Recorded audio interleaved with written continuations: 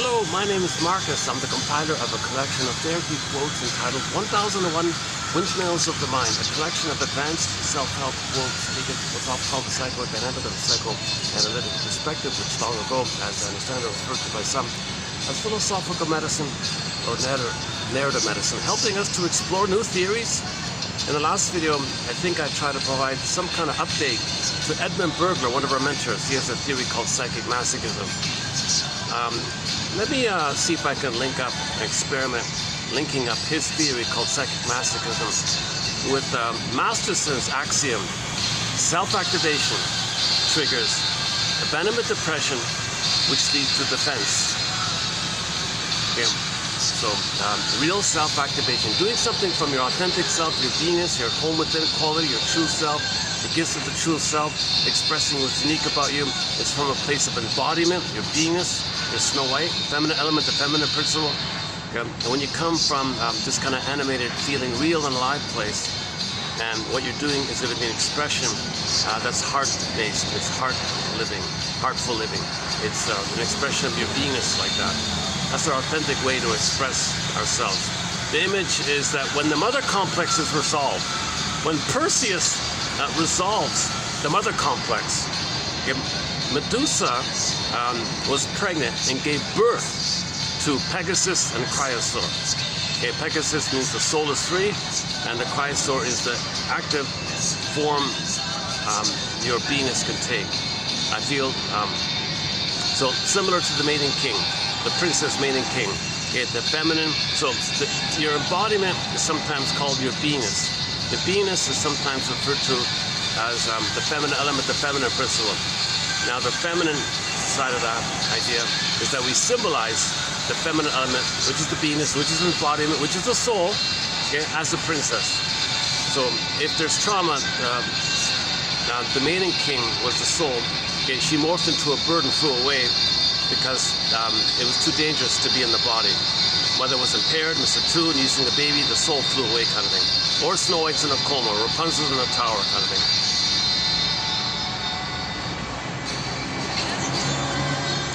Okay, so the baby had an original sort of real self-activation. He was being authentic, he was being his true nature like that. Warm temperament, calm temperament. It's connected to your beingness, feeling real and alive, and all the capacities of the real self or the true self. So we had that in the beginning. We kind of had that. But it's not, as the child's developing, he wants to maintain it. So at birth, it's called the budding beauty, the emerging self. It's meant to be emerged with you. It's supposed to grow with you. But if that feeling self gets frozen, flash frozen, okay, that's called arrested development, stunted development, developmental arrest, okay, flash frozen like that. Now your embodiment is kind of frozen, metaphorically speaking. Okay, so one image is the princess could be frozen. Echo turns to stone. She could be a statue. The princess can be frozen even in some fairy tales. Or usually, typically, she's locked in a tower or in a coma, emotional hypothermia like that. Or she just disappears. She's exiled away. Sometimes she morphs into a bird or a fox or a bear and runs away or flies away, go I know not whither and bring back I know not what. So our beingness had to escape because it was dangerous. The beingness of a person, the soul of a person said, oh my God, it's dangerous, get out of here. So now we feel like a shell of a person, we feel empty, called the basic fault. Okay, the abandonment syndrome, the abandonment depression, this core fault, basic fault, this eerie, fundamental wrong that took place where the baby's budding beauty didn't feel safe to emerge and be a part of him. So, we haven't played this song in the back. I'm not sure how well it's coming through here, in the background here. That voice is Brad Delp, by the way. I don't know. Yeah, Brad Delp. When he left Boston, he joined his buddies and formed another band called RTC. Start over kind of thing. Starting over kind of thing. So they started a new band, put out 3 albums, pretty good. I think this is maybe my favorite one of their songs, called Turn This Love Around.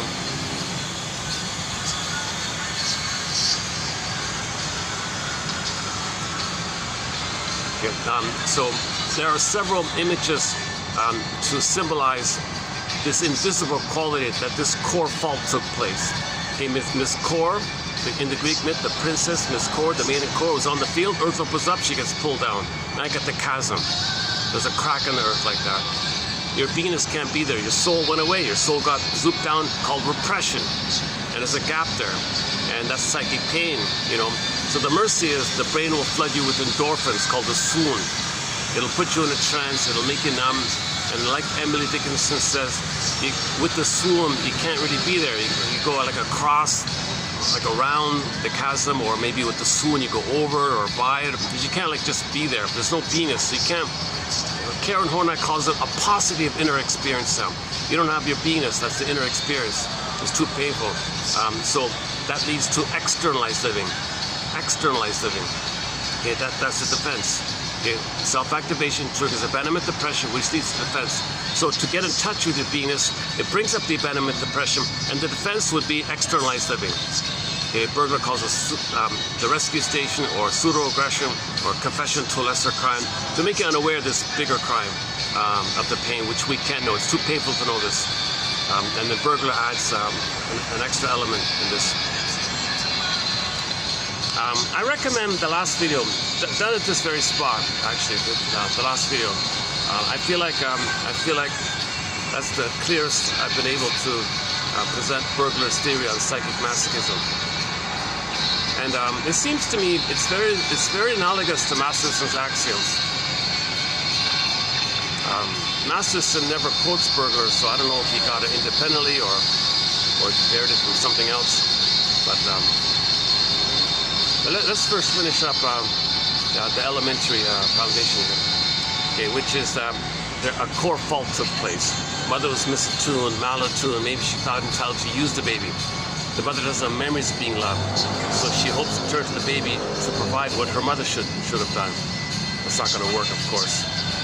Now the baby's not being seen if the mother parentifies the baby, objectifies the baby, thingsifies the baby. Baby, what about me? I'm your baby here. No, you got to take care of me. My mother never took care of me. I've got a pain here. I need mother's love. I made you to find me. You made me to find me. Oh my God. I'm a human being with needs and feelings. I trust you to love me so I can be on my way. No, I made you to find me. I never found my way. You're going to be my mother for me. You want me to be your mother? What the hell, mother? And to the quote from the TV show, do we have an end here? Posted a couple of days ago. Hold on a second. From an old TV show called A Celebrity Playhouse episode, The Fleeting Years, where a mother did that. The mother parentified the daughter. The mother converted the daughter to take care of her. She was an infant herself. She was a baby herself. And she used her, large size and power and all society's slogans, mother knows best, and a baby's helpless like that. And she manipulated things. She twisted things. She turned things around. They called it one of life's little switches. Here we go, yeah. So the daughter grew up. Okay, she doesn't know who she is because she spent her whole life trying to figure out and mind read what the mother wants. So finally, as an adult, this daughter says to her mother, mother, psychologists are always railing against mothers who won't let their children live their lives. Our relationship, mother, ours is one of life's little switches. I've been more mother to you than daughter. So the whole time, the mother's been demanding on the kid. Mother knows best. Do what I say. Trust me. I know what I'm doing. Do what I say. Trust me. I'm your mother. I'm going to take you. That's a trick. That's a switch. The daughter's taking care of her while she's being infantile and demanding. So she's being demanding on the daughter to take care of her. So the daughter had to create a false self, try to figure out what she wants. And so the mother doesn't feel alone. She feels seen. She feels important. It's all about her. Center stage. She feels entitled. Gets enough supply. She gets a stable base. Baby's like a child, becomes like a teddy bear for her. And because she's trying to find herself. So she's parentified the child so she can see if she can resume development. I made you to find me. That's a poem, a lyric, a line in a poem by Miss Anne Sexton, 1960. The mother was trying to make amends. I'm sorry, daughter. I feel badly for how I treated you. I never saw you. I didn't meet your needs. I just wanted to find myself. So I thought if I had you, I could control you. I could brainwash you, and you'll take care of me. And now I thought I could find myself. I'm so sorry I did that. But that's the truth, kind of thing.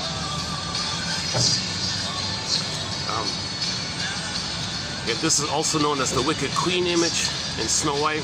where she's mirror, mirror on the wall, who's all about, who's entitled.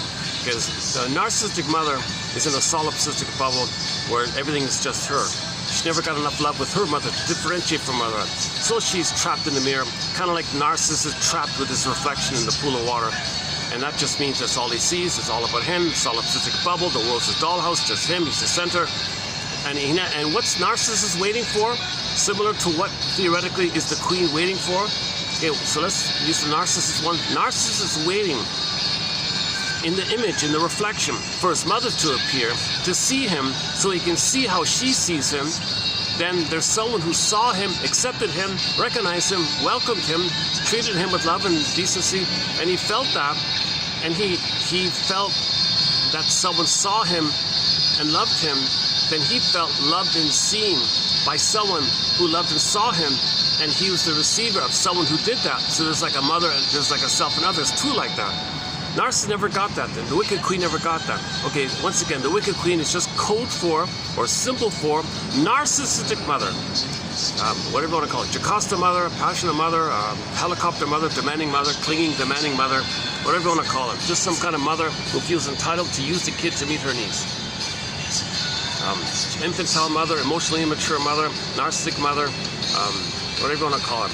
If the mother in any way doesn't meet the baby's needs, then somehow she's using the baby to meet her needs in some way. Boy, oh boy, still drenching in sweat here. Even with the clouds, okay, enough with the weather. It's actually a couple of degrees lower, so it's actually a little better. It's in maybe the high 30s instead of the low 40s. I mean, with the heat index. I got a very late start here today, so this will be a shorter video. I won't do my usual sort of 1 to 2 hour kind of fundamental overview. I want to just maybe finish up with seeing if I can compare Masterson's axiom and Bergler's little model of psychic masochism. I want to see if it's fair to compare them like that, or are they like different constructs altogether? Okay, so Masterson's axiom, one of our mentors, James F. Masterson, 17 books. He wrote mainly in the 80s and 90s. He wrote, there's only one interview of him on YouTube. It's kind of off an old VHS, a little scratchy and crackly, but he gives you an idea. He's a smart guy, and he synthesizes what's called object relations theory and developmental theory, and calls it the Masterson approach, or developmental object relations theory. It's just basically his attempt to synthesize what we know so far. Object relations theory is the study of the internalization of interpersonal relationships. Okay, so object relations theory, or psychoanalysis, or the analytic perspective, or the dynamic perspective, simply means that there's a model. Simply means that we have memories, and we create a kind of internal working model called a schema, a blueprint, imprint,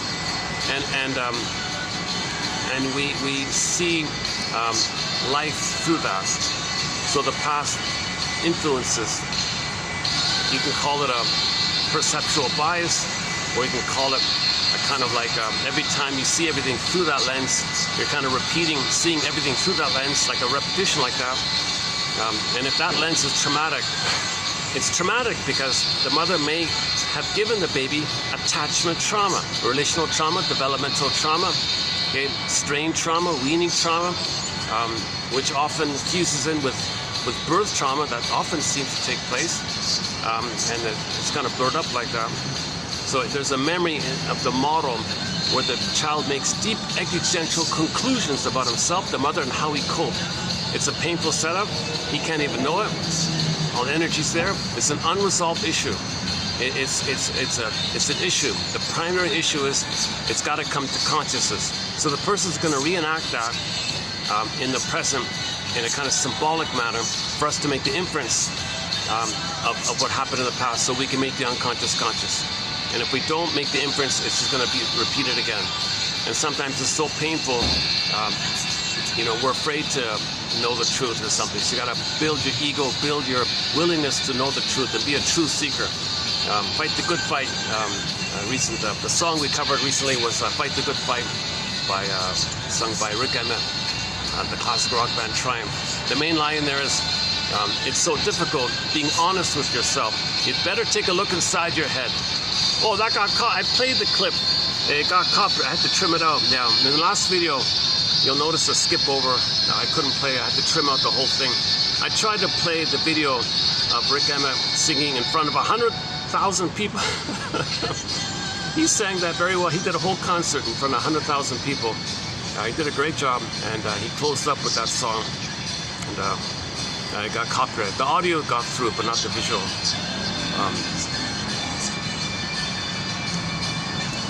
Okay, so this model's the issue. You know, if you go to the last video, my introduction on this point about the model, I thought that was the clearest I've ever been able to make that point about how the model influences us. And our behavior is going to be a reflection of this inside model, as above, so below, that our outer behavior is going to be a reflection of the inner state. That's called psychoanalysis or object relations theory, as above, so below. What we're doing outwardly is like a reflection of the memory system we made. And if that memory system we made is based on trauma, and we're recycling it around and around again, it's dysfunctional because you're not enjoying the present, you're not living in the present. But the positive intention is it's communicating to us the past. So we have some options when we recognize that. Oh my God, what I'm doing in the present is a repetition of the past. Okay. So if mother shamed the baby and he coped with it by using some kind of defensive strategy, he may repeat that all the time. He'll find somebody in his life who reminds him of the mother. That means he's going to be rejected again, and he'll know how he coped with it. So typically it's emotional eating, I think, maybe. Hold a second. Let me take a little perspiration moment here. Hold a second. Let's do this here.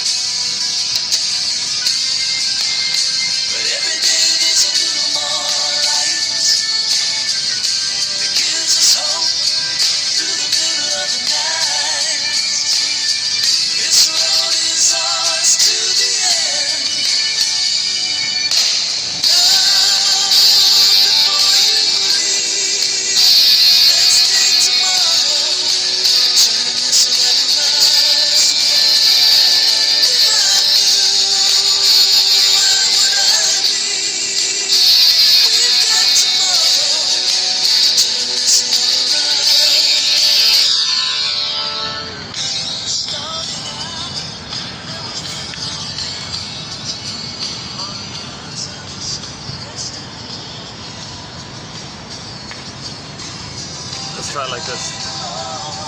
Actually, the audio might be better like this, right? Is the audio a little better this way? Or okay, let's take a break. All right, let's take a break. That voice, by the way, is the same voice behind More Than a Feeling and Peace of Mind and To Be a Man and what else?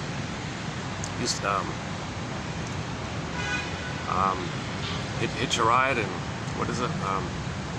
Amanda, of course. Long play. Used to what is it? Used to Bad News. Peace of Mind. What else? Well, More Than a Feeling's the main big hit. More Than a Feeling, Amanda, To Be a Man. See, that song, To Be a Man, means you admit feelings. See, he was saying in that song, To Be a Man, an authentic man is somebody who refers to the feminine. You got to be strong enough to admit the feminine. I don't want to admit the feminine, too much pain there. Just do defense, symbolic, neurotic, defensive. He-Man is just aggressive, neurotic. That's not really being a man. It might look very aggressive. And that aggressiveness is a defense against the inability to be an authentic man. This is like a pseudo-man or toxic masculinity, typically referred to. So the authentic man, he's saying, comes from using his activity in service of Pegasus. Okay, now Pegasus. Okay, so the cryosaur is for Pegasus, right? Mating king. Now the cryosaur is a broader term. Okay, in reference to the specificity or the different forms we can express our soul, and to the muses. So the muses, the 12 muses, they rode Pegasus. Okay, so that's each of the muses was expressing at the feminine like that.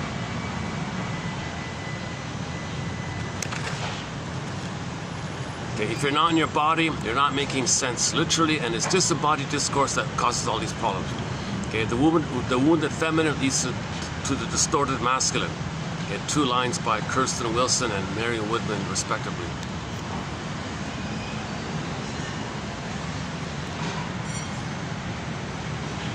So I just want to establish this phrase, self-activation.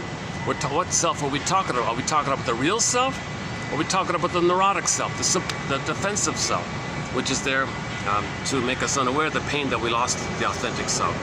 So when you want to find the authentic self, when you want to express your real self, even the desire to know the truth that your mother failed you, she betrayed you, anything that's authentic, it could be about your healing, it could be about wanting to know the truth, anything that's connecting to your real self.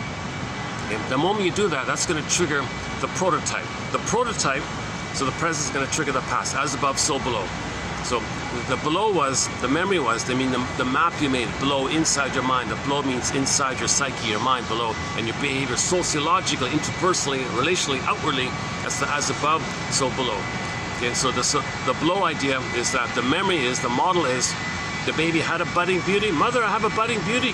Could you please make it safe? Could you please meet my needs for safety and soothness? Can you recognize me and understand me and comfort me and let me feel safe and let me understand myself by the way you understand me. Let me interpret myself the way you interpret me. Can you be present for me so I'll be present to myself? Can you see me so I can see myself? And if I'm upset, can you soothe me so I can learn that and wire it in? I can soothe myself. Can we have this kind of rapport like that? And I'll wire it in and I'll do it for myself. If you shame me and reject me, then I'll be doing that to myself. How you treat me, Mother, is how I'm going to treat myself. Mother, could you please not betray me like this? I really trust you to set a good example because I'm going to follow your example, kind of thing. Okay, so if the mother crushes all this, it's not about you, baby. It's about me. I'm the wicked queen, center stage. You got to serve me. Oh my God, so it's crushed like that. Okay, so its soul gets flown away, swoon. Okay, and he does other defensive strategies, but the point for the moment is the real self couldn't blossom. It froze up and it got exiled.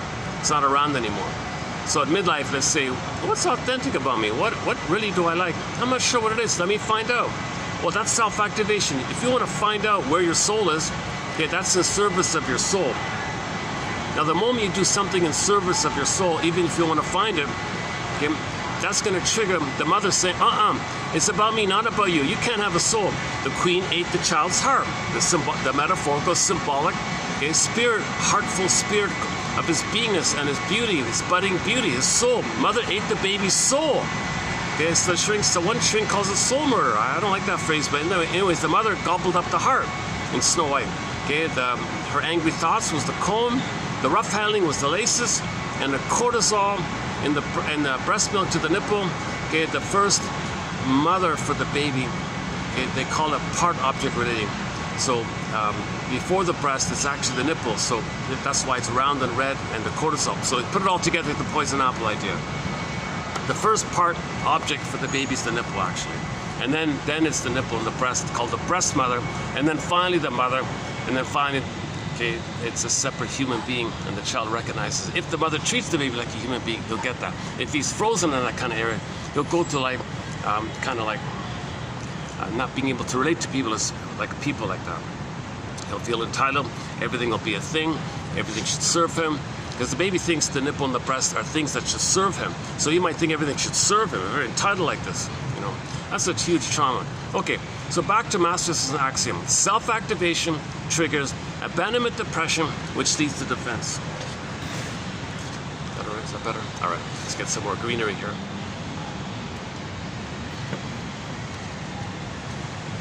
Actually, I wonder if I should turn it around. Is that okay, the background like this? Okay. Okay, let's just stay here. Kind of looks nicer that way with the light, with the glass and all that, right? The background looks nicer that way.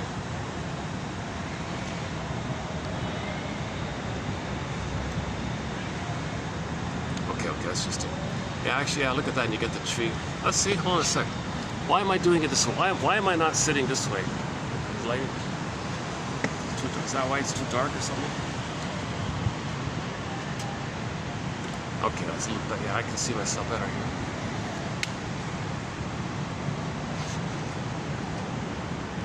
So the child had a real self called the soul, called the embodiment, called the beingness, called the budding beauty, called the emerging self. It got squashed. Mother ate it. What was remaining that belonged to him was like a little budding beauty. Okay, that's Snow White in a coma, basically, or Rapunzel in the tower, like that, or the maiden king morphs into a bird and flies away, kind of thing. In the Iron John story, the embodiment was locked in a cage with the golden ball, the feelings part. Got the body part and the feelings part. They kind of separated, but they're still in a cage, meaning that they're meant to be together. Okay. The Iron John is like the cryosaur, the masculine, and the golden ball would be like the Pegasus, the feelings, the soul, and they needed them together like that, but they were kind of fragmented. They couldn't connect together, right? Anyways, the two are in the cage. Where's the key? Under mother's pillow. Under mother's pillow. The key is under mother's pillow. Enter the twilight zone. Okay, an episode entitled "One Life Furnished in Early Emotional Poverty." Okay, go to the closing narration of that episode. Okay, isn't it bittersweet that you're going to stay dysfunctional in your life to please your mother, save the mother, cure the mother, win mother's love, justify, be dysfunctional to maintain the tie to the mother, maintain the attachment to the mother, because maybe one day, by doing so, you'll save the mother. A magical time machine will appear, go back in the past. Mother will say, I'm sorry for what I did. I feel badly for doing these things. Thank you for time machine, I'll do it right this time. So you have this kind of someday fantasy that if you stay dysfunction, then you're loyal. Dysfunction means loyalty to the mother. Isn't it bittersweet? Isn't it bittersweet? They say in the part 2 of the closing narration was, okay, let's say you want to heal. Let's say you want self-activation. Well, now you pick up the phone. You want the truth. Okay, will she tell you? No way. No way. Narcissistic injury. Okay, enter the cartoon. Mothers know how to push your buttons because, hey, she sewed them on. She'll just press your buttons, make you angry. Because, I'm entitled. You should be thanking me. I did nothing wrong. I'm a narcissistic princess. I did nothing wrong. You're something wrong with you for even asking that. Okay, so she'll, okay, now on this point, enter another Twilight Zone episode called One More Pallbearer, Season 3, Episode 17. And about a fellow trying to get an apology. Nonsense, made things worse, the folly of it all. Okay, part 3 of that closing narration. Well, let's say you could go in a time machine. Let's say the parents are gone and you could go in a time machine. And that's what the episode is about. The fellow went into a time machine, went back to his childhood, and saw himself, interacted with his younger self, interacted with his parents back then, and he kind of saw all that.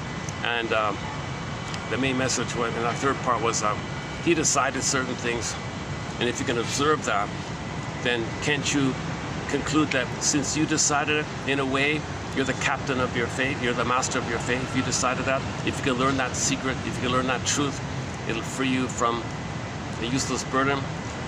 Dead cargo from the Twilight Zone.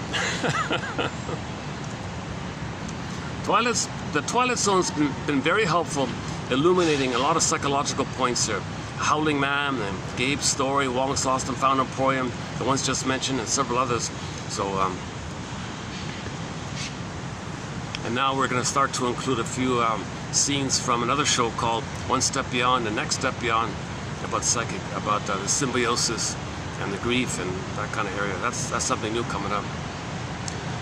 Plus we have a thread on psychologically minded or psychoanalytically minded TV show and film quotes. Route 66, Jeff to the Defense, and a whole assortment of others.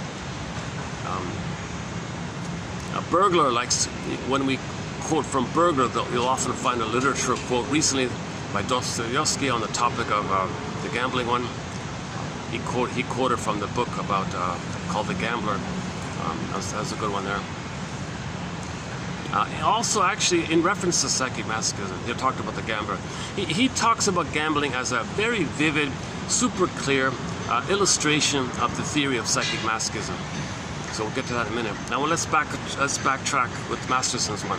Self-activation triggers abandonment depression. The earth opens up, this core gets pulled down.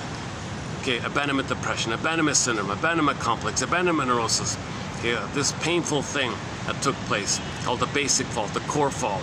Okay, abandonment depression. It's a combination of a variety of feelings: helplessness, powerless, okay, shame, guilt, rage, upset, helplessness, and terror, and frozen fear. All the whole mush of it all the negative feelings.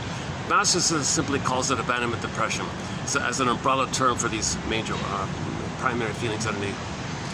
So the child, hell is, yesterday we played the song by Pat Benatar, Hell is for Children. So a lot of children are feeling hell. They're in the nursery, it's supposed to be paradise, supposed to be heaven, but if mother's using the baby, he's in hell. It is a question of heaven and hell for the baby. The baby can only do either or. Baby cannot handle ambivalence, middle ground, confusion, ambivalence, third side of the coin. It is a kind of like either or for the baby. That's the setup of either or thinking and jungle slogan thinking when there's trauma like that, which unresolved and left like that and unresolved later on. Jeez. Let me take another perspiration moment here. Hold a second.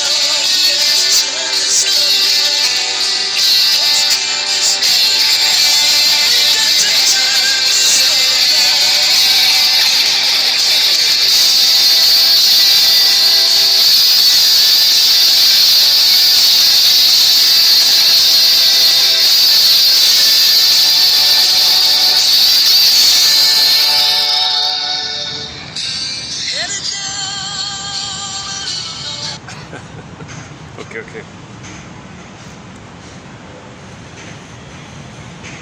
So that phrase self-activation, he means real self-activation. Okay, real self-activation. He actually says it, real self-activation, or activation of this real self. Well, so you want when you want to come from that kind of place, even if it's like you're self-activating if you want to know the truth that your mother failed you, she betrayed you. You want to find out that truth, you're self-activating.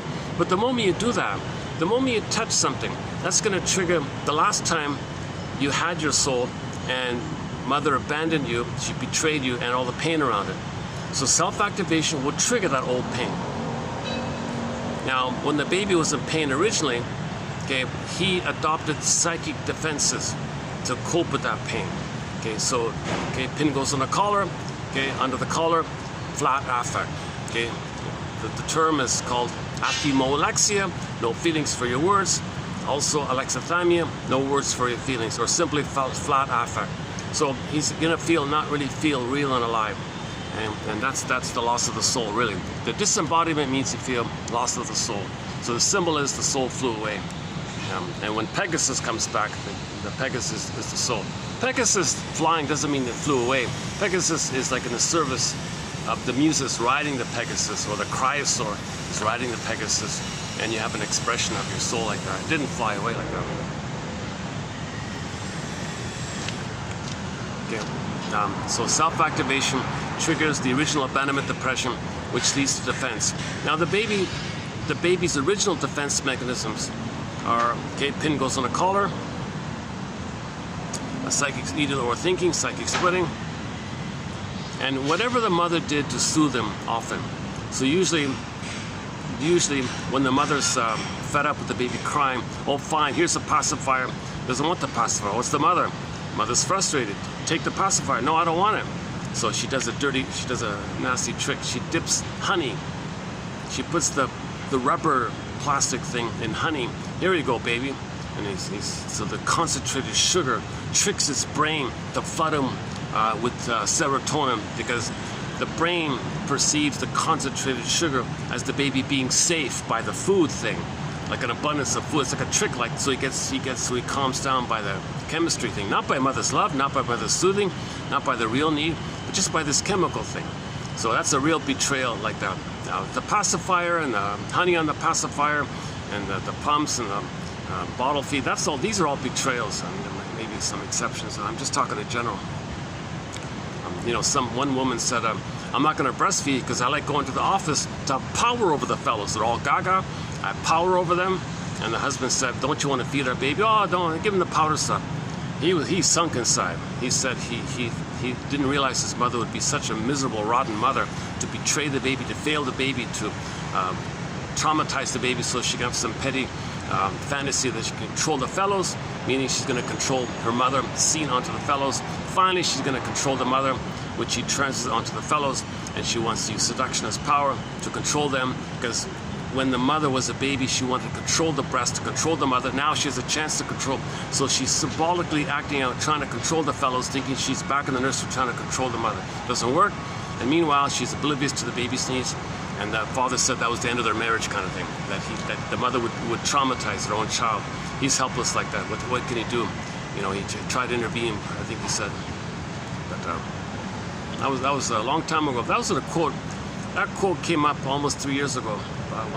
Like that. Okay, so old cunning tale. So maybe the mother finally, here's the honey on the rubber nipple, shut up, kind of thing. What a betrayal. So maybe that's the prototype.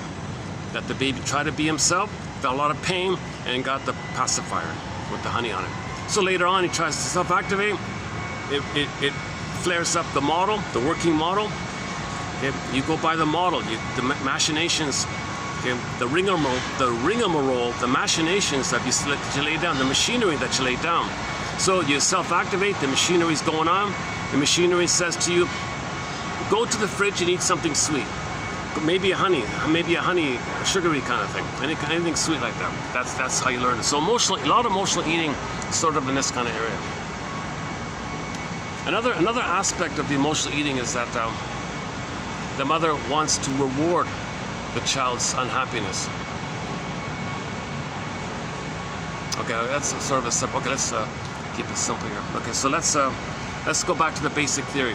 Self-activation triggers abandonment depression, which leads to defense. This is Masterson's maybe most memorable axiom or line in his work like that. He's got others, of course, but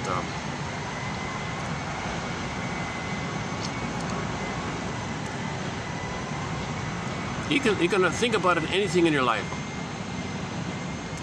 Making an I statement. You know, making an I statement.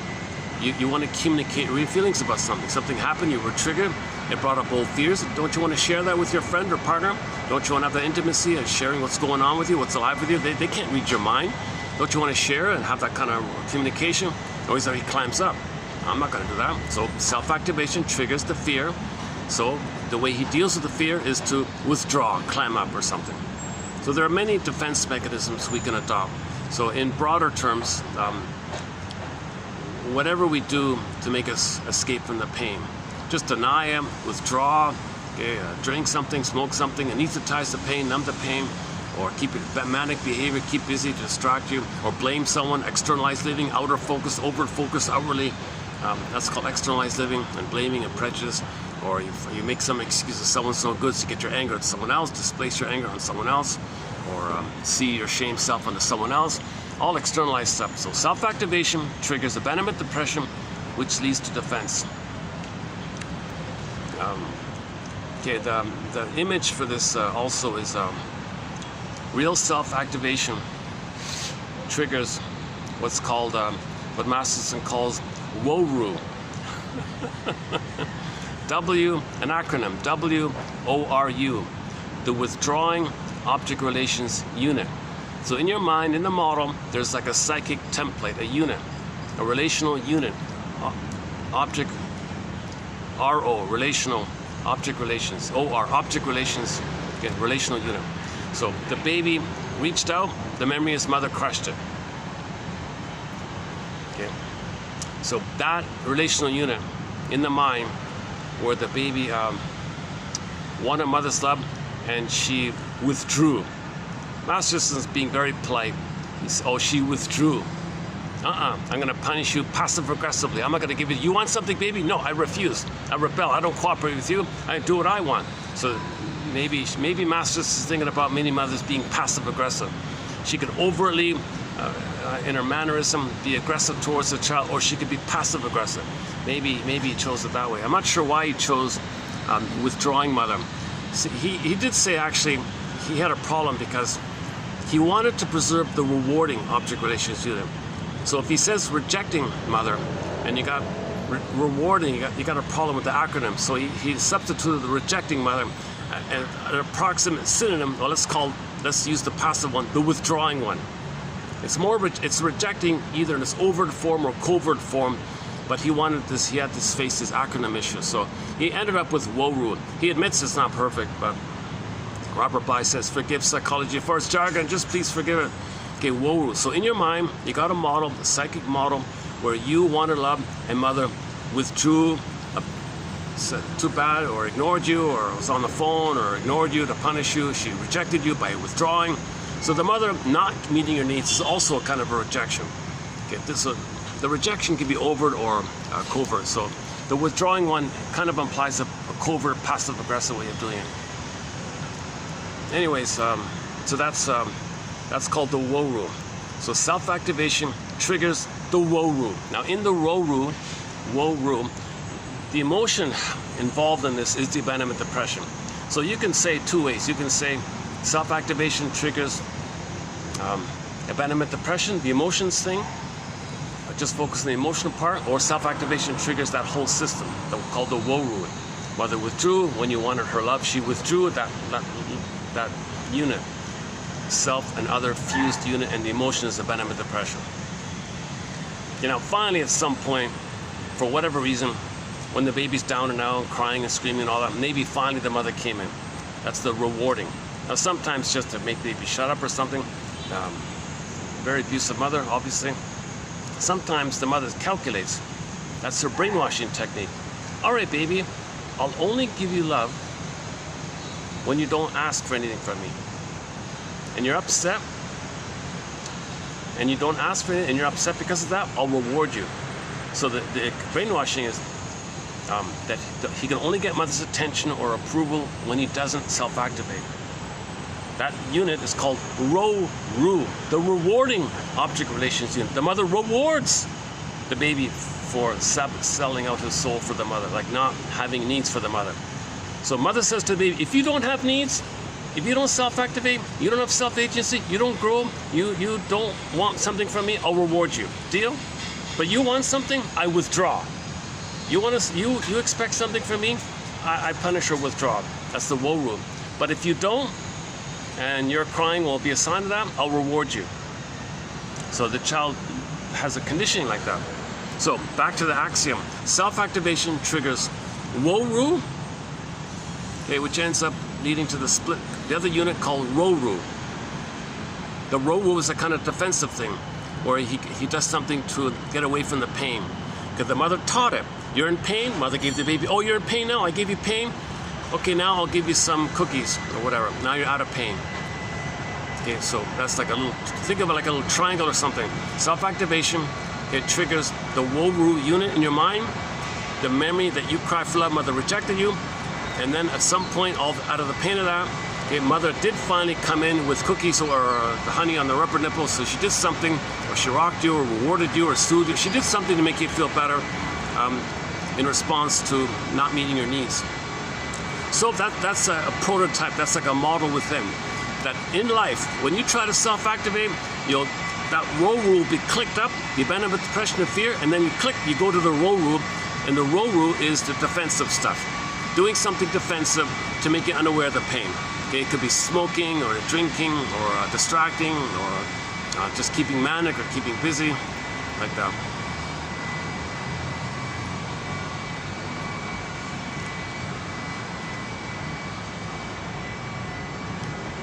Yeah, I gave the example of the guy tried to heal. He wanted to do therapy or something. He started it, he panicked, and he quit. So him quitting was his defense. Starting to heal, starting to talk about the truth, brought up all those feelings, and he ran away. And the shrink never had a chance to interpret it for him because he panicked too much. So maybe things went too fast or something. So that was the one that got away or something. It turned out 30 years later, he said the guy came back and was more patient. Everything was okay afterwards.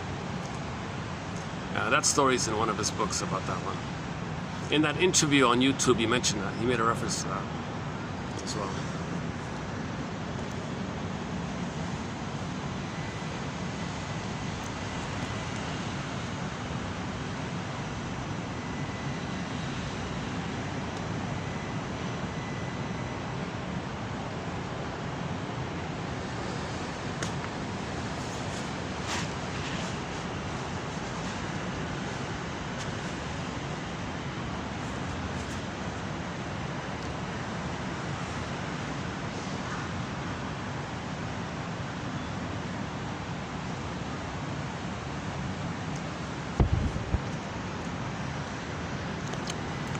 Let's say you want to confront your defensive living, your neurotic living, your repetition, your symbolic acting out.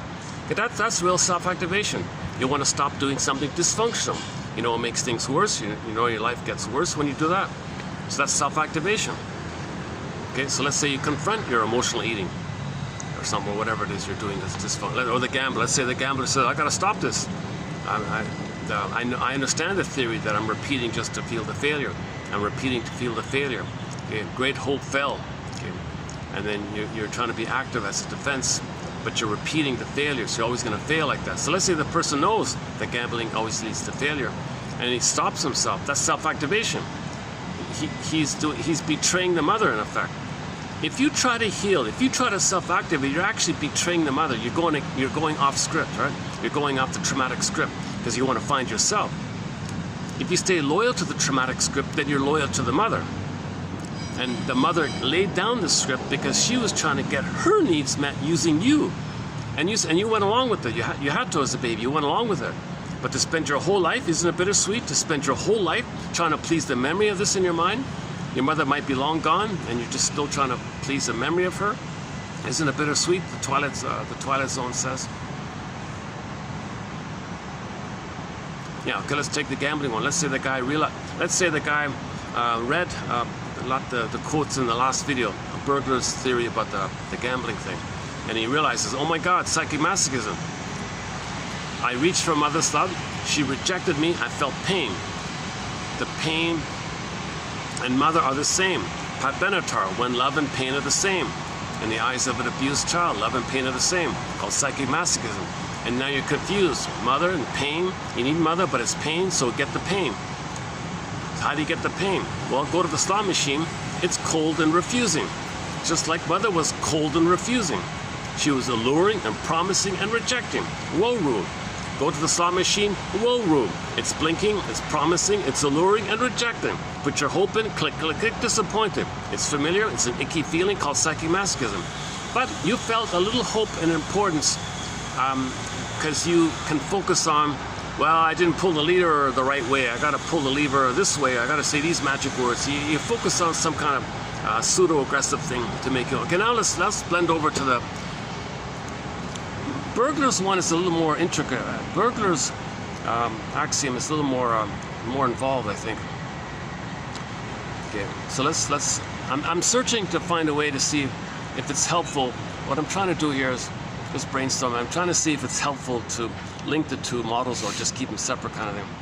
So back to Burglar. So Burglar is a theory. Burglar's version of Masterson's axiom is simply called pseudo-aggression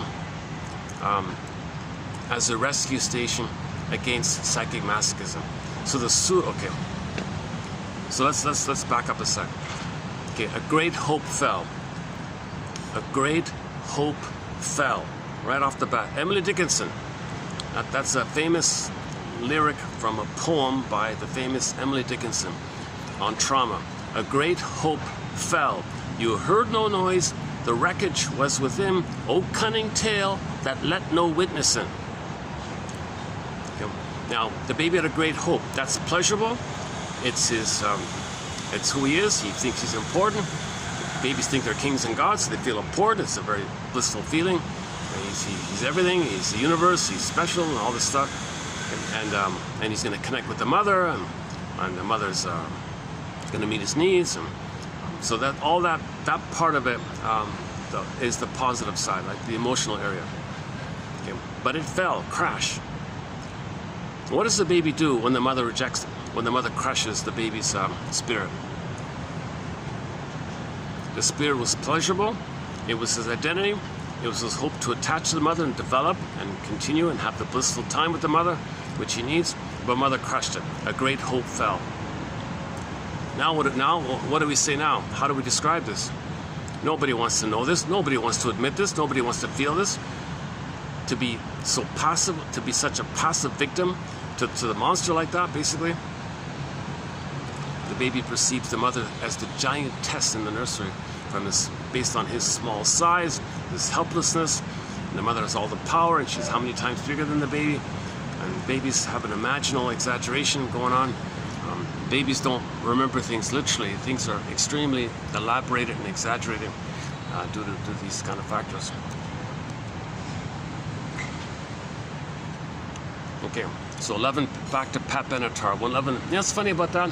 I just saw this morning, 2 days ago, she's still singing it live. A couple of days ago. Do we have it? Where'd it go? She's singing it in her, I don't know, 70s or something. She must be in her 70s, or maybe more. Maybe she's in her 80s. I don't know. It sounds. She's way more mellower. She's singing it more in a lower voice, slower a little bit, but it's still tolerable. It's still okay. Can you dig it up here? If I'm online, let's play a bit of it. This is just 2 days ago or something. Pat Benatar. I mean, the original was 1980. Really revved up one. Check out the one in France. So we played it last time. Let's see if I can dig up this one here, Pat Benatar.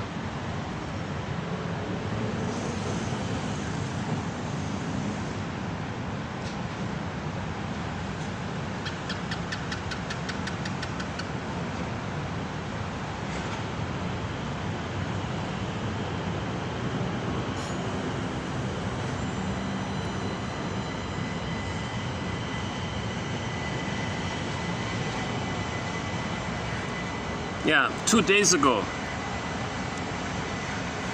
So here she is in her mid-70s or something. I don't know. I didn't check it. Let's just play a part of it, maybe. The lyrics are still clear, right? Yeah. Let's go back to 1980.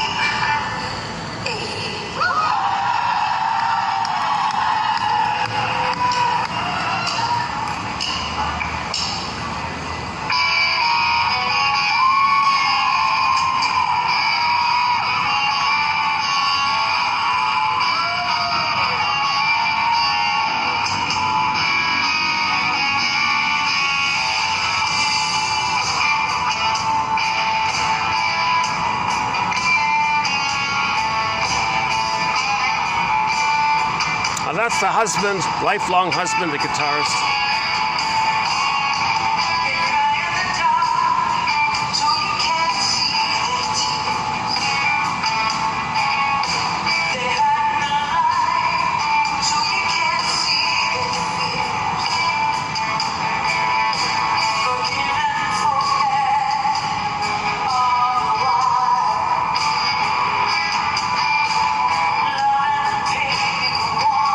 Say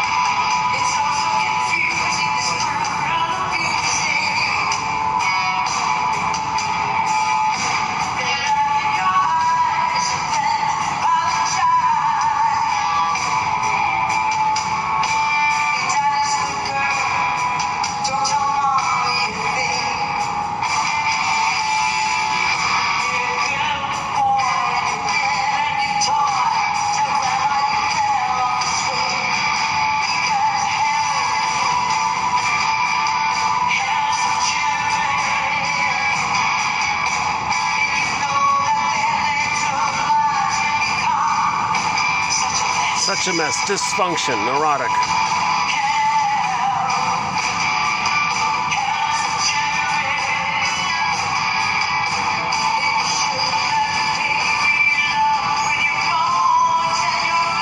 The babies shouldn't have to pay to get love. It's their birthright to be loved. They shouldn't have to be abused. Babies have a birthright to be loved. They shouldn't have to suffer to get some kind of sense of a fake crumb, a traumatic attachment. That's hell.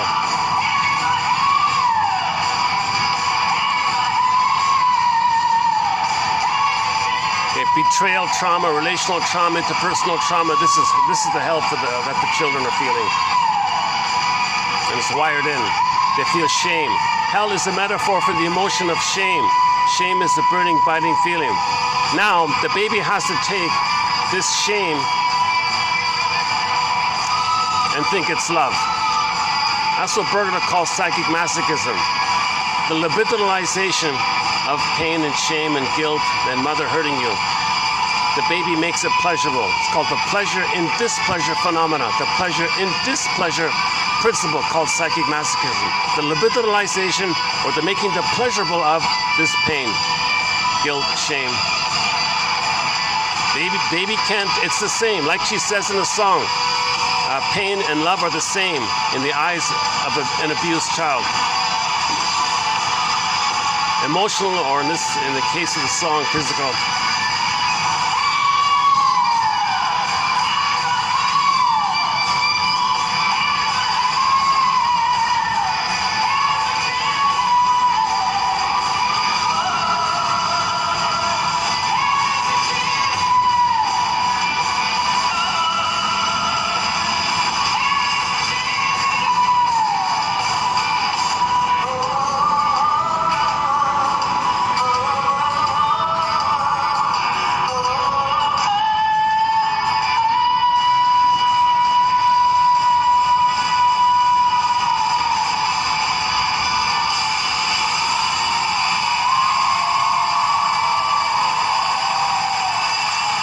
Looks like she closed the set off with the song. She ended the concert with that song by the looks of it.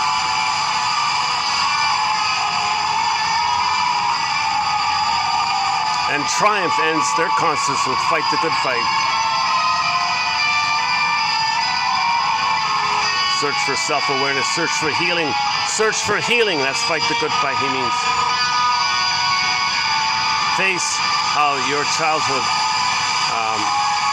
wasn't what you thought it was. You were being used by the mother to take care of her. You were more parent to your mother than child. Now, it's a different version, eh? It's not as kind of animated as the original ones, but it's still okay, right? Yeah, so a couple of key lines in there, right? Children shouldn't have to pay in any way, shape, or form for love, let alone their... Oh, come on, commercials. Jesus, these ads. They really...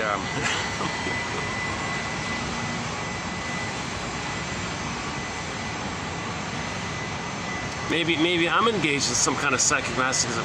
I can just buy the annoying premium thing and avoid the ads.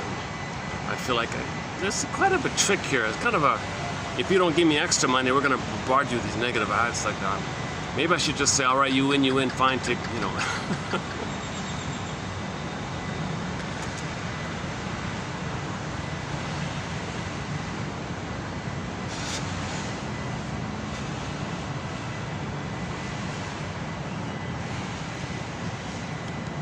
Okay, the libidinalization of pain, guilt, shame, mother's abuse, like she says, they can't tell the difference.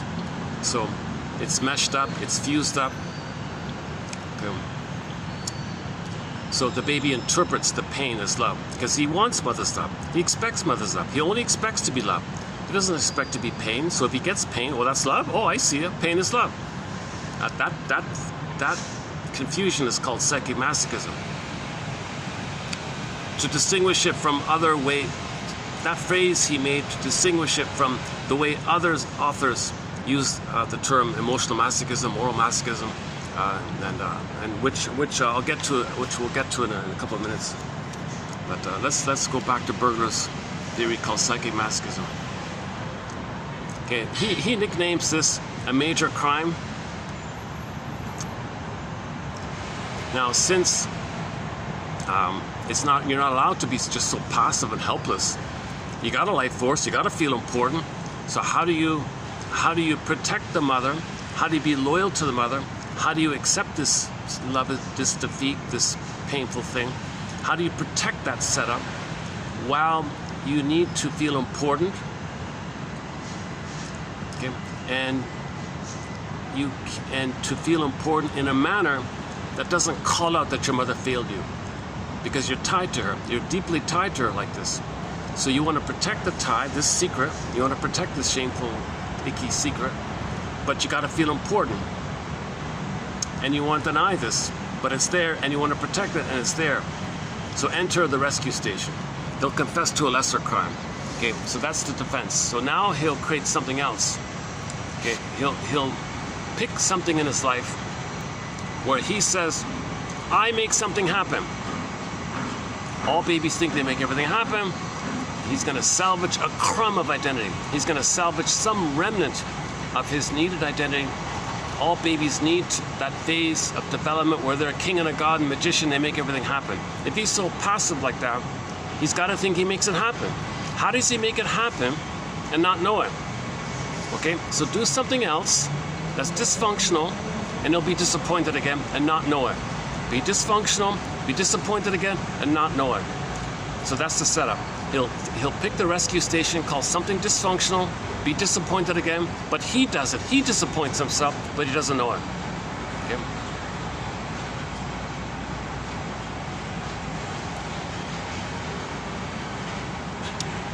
Now enter the twilight zone. I want to borrow the image of the twilight zone for a minute. I want to vary it a bit.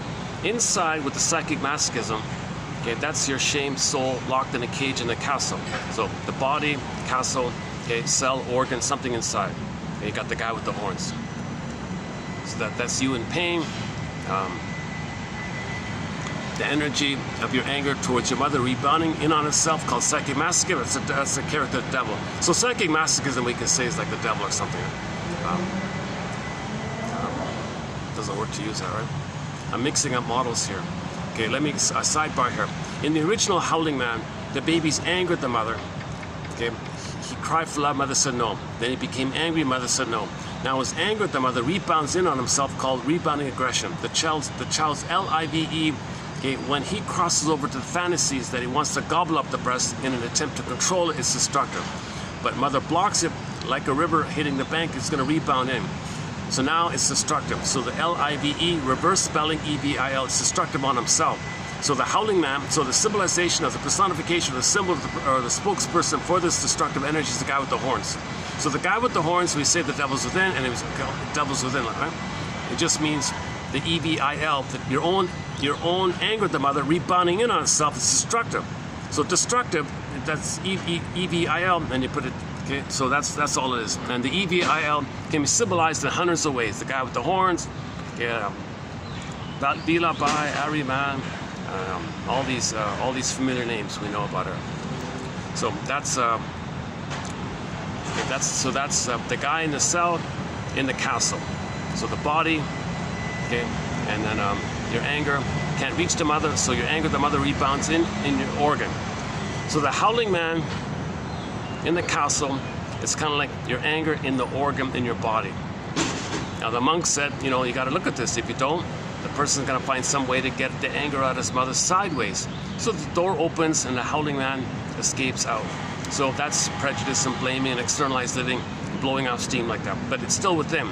So the imagery in the Howling Man, Twilight Zone, classic TV show called the Twilight Zone episode called Howling Man, excellent episode, number 4 in our list so far, is that he goes out, he comes back in, goes out, comes back, and kind of dynamic like that. So your anger at the mother goes in, it goes to the side, and it's in, it goes to the side, in goes to the side. Right. So they showed you an image of your anger being destructive towards yourself, but when it goes to the side, it's destructive outwardly. So prejudice can be like that, blaming other people can be like that, destructive to yourself, destructive to others. And this is all because mother ignored you when you were crying. Mother made you cry yourself to sleep at bed or something. I'll let him cry himself to sleep. That's abuse like that. The anger turns in. He's exhausted, the anger turns in. And he's got a model, flash frozen. He's got a template now. And he's going to live with that template. And when there's trauma, you repeat. So you're going to keep on repeating.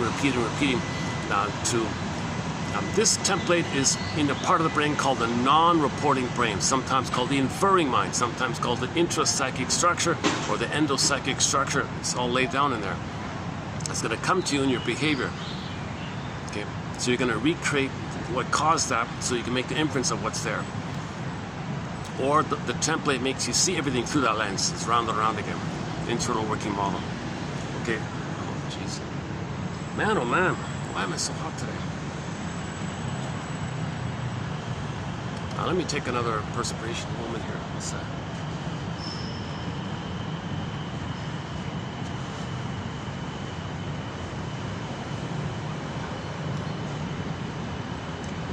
Okay, so that's the original setup with the howling man.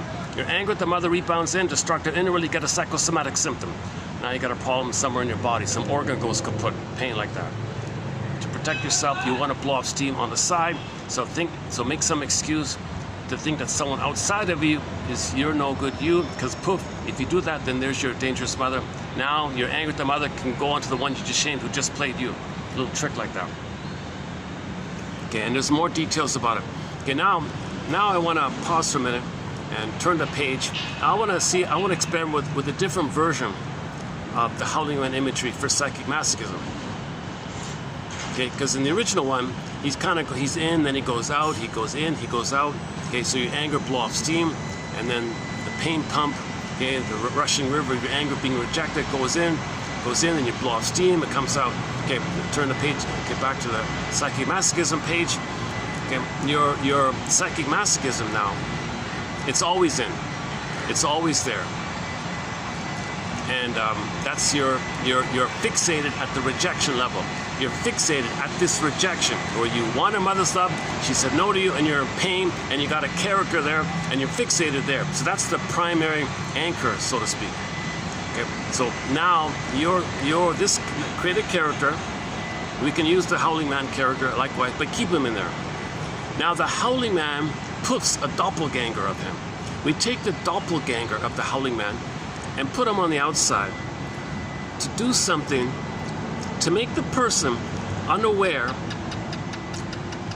okay, that the doppelganger comes from the inner one.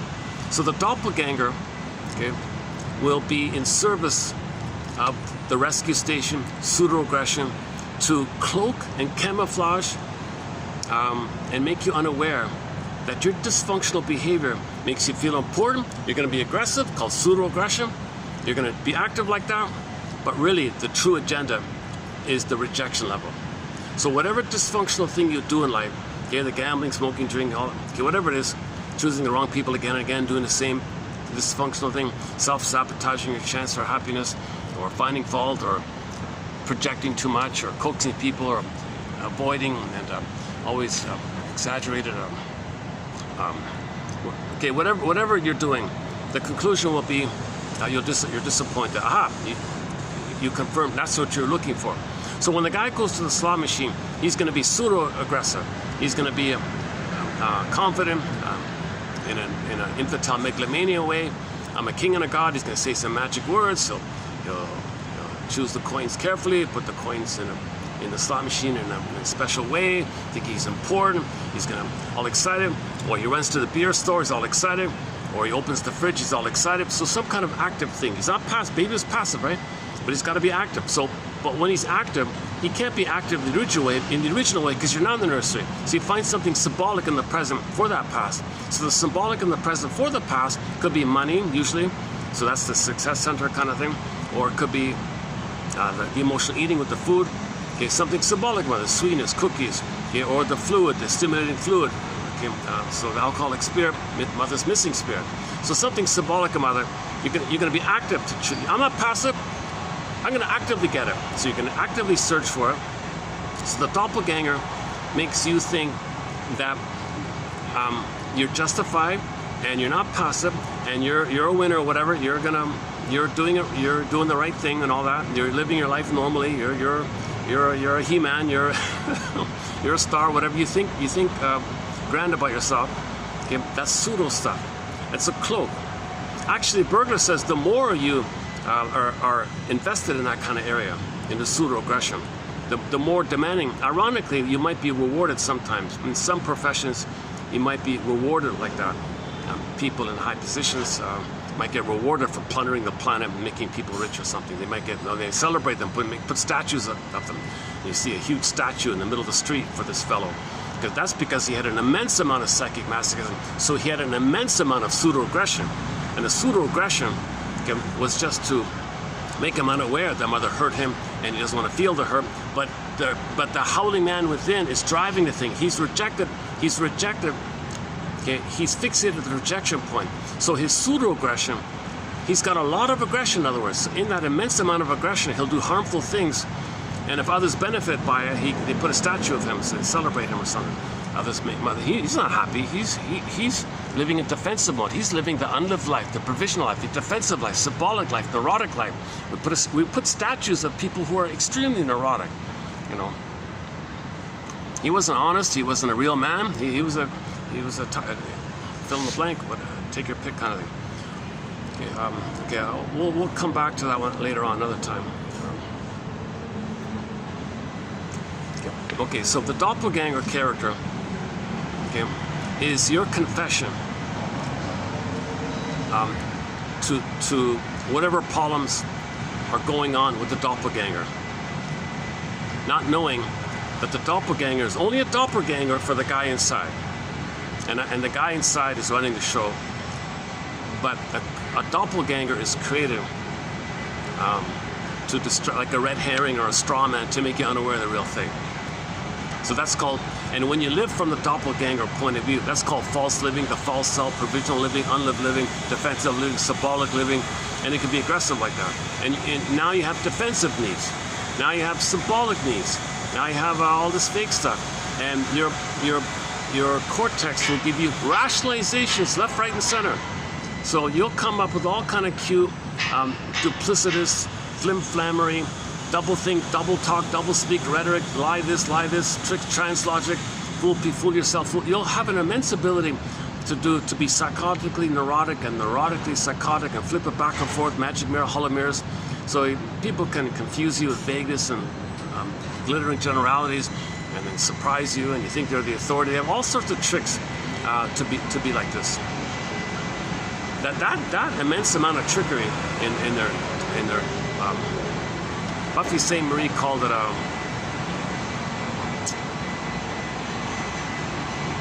Buffy St. Marie called it oh boy, I forgot. Basically like a master liar, a master manipulator, something like that. I forgot what she called it. Twisters of language. Oh yeah, she called it twisters of language. And in her humble perspective, she called it twisters of language. Yeah. Interesting way of putting it. We talked about Buffy St. Marie about 2 months ago.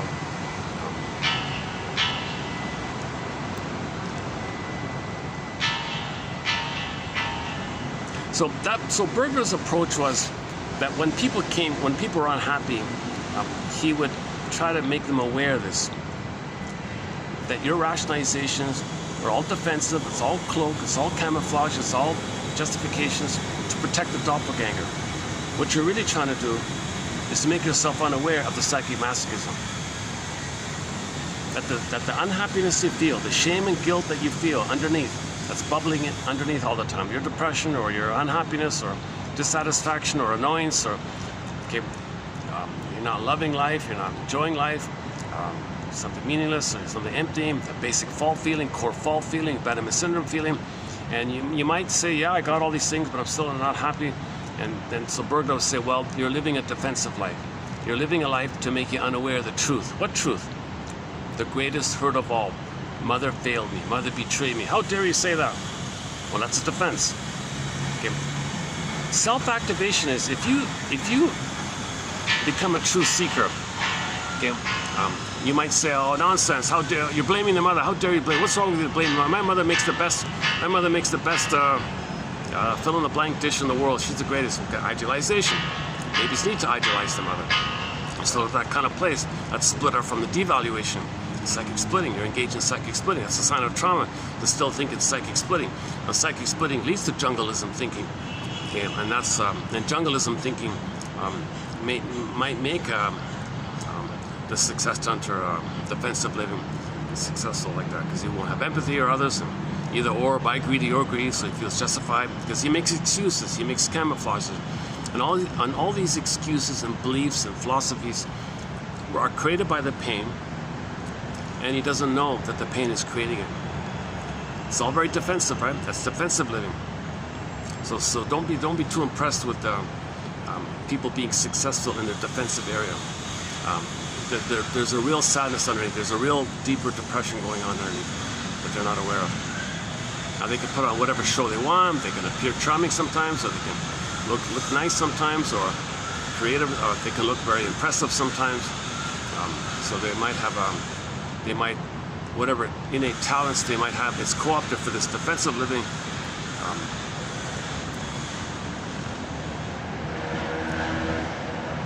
Okay, so there's like the 3 points, right? So you got the fixation at the rejection level called psychic masochism, and then the rescue station or the pseudo-aggression place called confession to a lesser crime.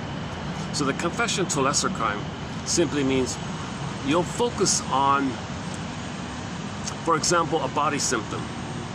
Johnny Sarno's example for this area is you'd focus on a symptom. So now you focus on the symptom, thinking that the symptom is the cause of your problems. No, the symptom is the symptom of psychic masochism. The rage of the mother rebounding in. Love and pain are the same. That's what's causing the symptom. No, the symptom is the cause. No, the symptom is the symptom. The cause is love and, like Pat Benatar just saying, love and pain are the same. And you don't want to know that. So you focus on the symptom. That's your rescue station. That's your confession to the lesser crime. Now you can be important. Now you can read books about symptoms. Now you can research what product to buy to deal with the symptom. And you focus all your attention on the symptom. That's your rescue station. That's your defensive living, to make you unaware of what caused the symptom like that. So people come in and say, "Gee, doctor, Mr. Burglar, shrinker man, I spent years studying these symptoms, nothing getting better." Well, you're not looking at the cause of the symptom. No, I don't want to look at the cause. No, the symptom is the cause. If I can get rid of the symptom, everything will be fine. No, you're trying to play whack-a-mole with your symptoms. They'll just come up. They'll just pop up in some other kind of way.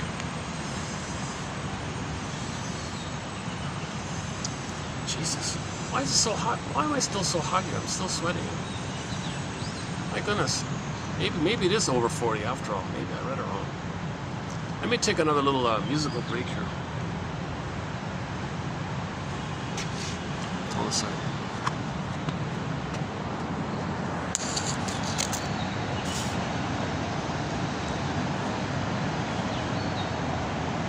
Okay, let's do this. Today's quotes. Let's do a read-through of TQ 3044. And I'll pick up on it later. Hold on a sec. So let me skip ahead for a minute, and then we'll come back. So let's read. I want to use the iPhone. They have a read aloud function. That sounds pretty good. So so here's a preview of 3044, and I'll come back to it in a few minutes. Hold on a sec.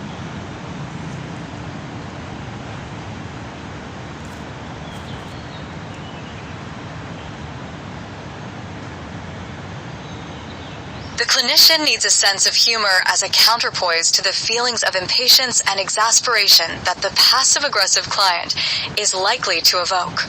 Sometimes stunningly naive about the hostility they exude, passive-aggressive clients need help naming their negative feelings and differentiating verbal from behavioral expressions of anger. To avoid activating their oppositionality, which may take the form of sabotaging any outcome their clinician seems to desire, the clinicians should take care not to seem highly invested in their progress. Keeping the therapy focused on the price the clients pay for passive-aggressive acts. Bornstein, 1993, describes a continuum from maladaptive dependency, submissiveness, through healthy interdependency, connectedness, to inflexible independence, unconnected detachment.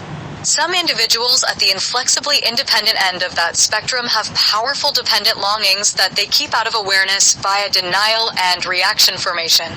They thus have what amount to dependent personality dynamics masked by denial and pseudo-independence. In their relationships, they may define themselves as the ones on whom others depend, and they may pride themselves on being able to take care of themselves. Counterdependent individuals may look askance at expressions of need and may regard evidence of emotional vulnerability in themselves or others with scorn. It is probable that their childhood attachment style would have been measured as avoidant.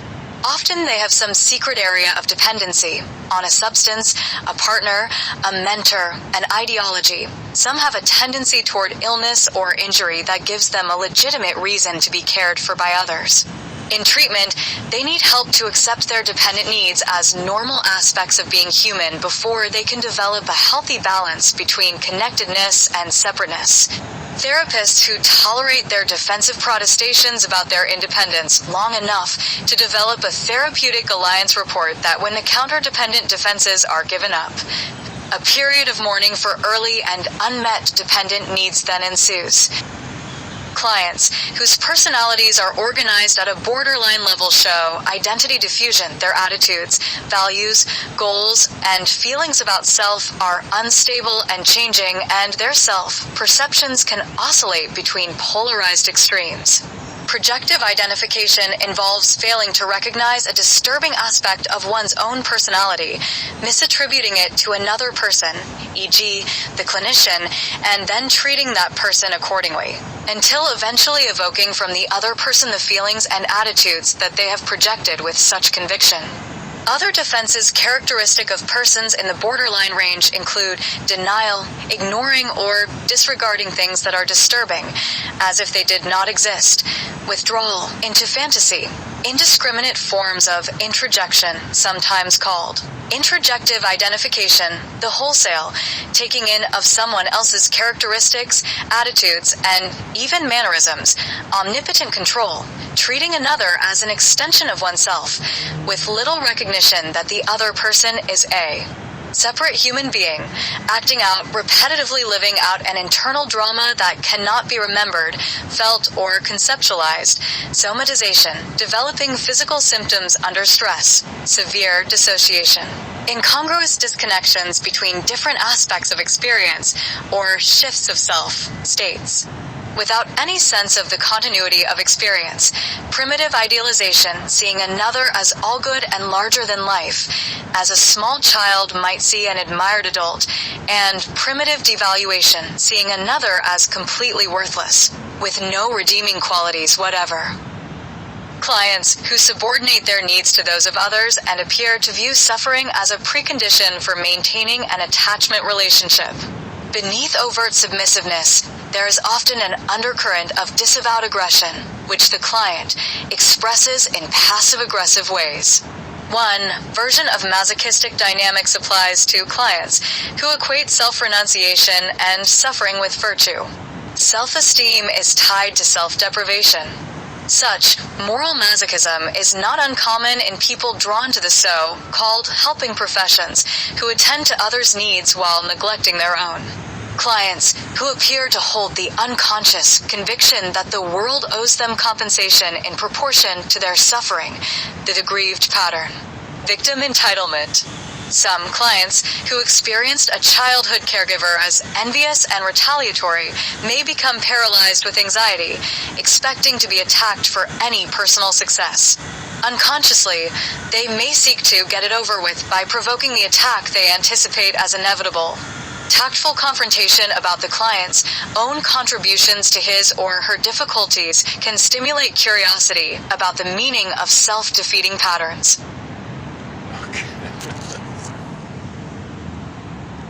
She's a solid author. We don't have many quotes from her. She kind of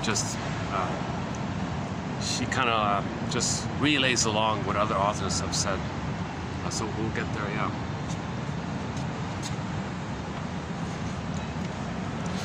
So let's go back to the opening question. Is it possible, or is it worthwhile, or can it be useful in any way to see if there's some way to conceptualize the two models? Masterson's axiom and Berger's theory called psychic masochism. Okay.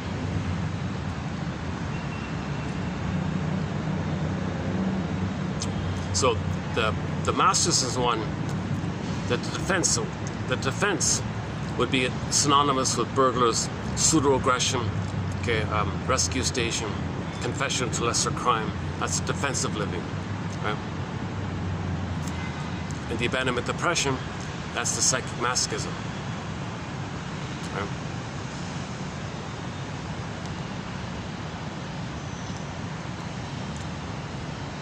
So in Berger's line, somebody who wants to heal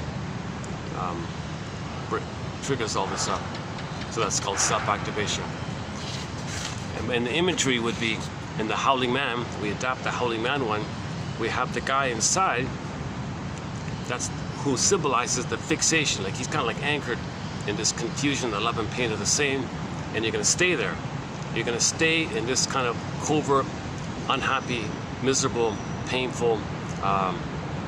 Thinking it's pleasurable, but it's painful. But the pain ties you to the mother. The pain anchors you or ties you to the mother, and you can't leave her yet, because now you're feeling. You're going to bring up the feelings where you're abandoned now, like you're lost because you have no memories in your mind of anybody soothing you, loving you, taking care of you. But you're going to separate from her, so it's kind of hard like that, right? Ideally, you build your ego, and you have a therapist who can kind of fill in as a positive person. You internalize, so you want to internalize or remember somebody helping you, supporting you, and that creates a new relational unit.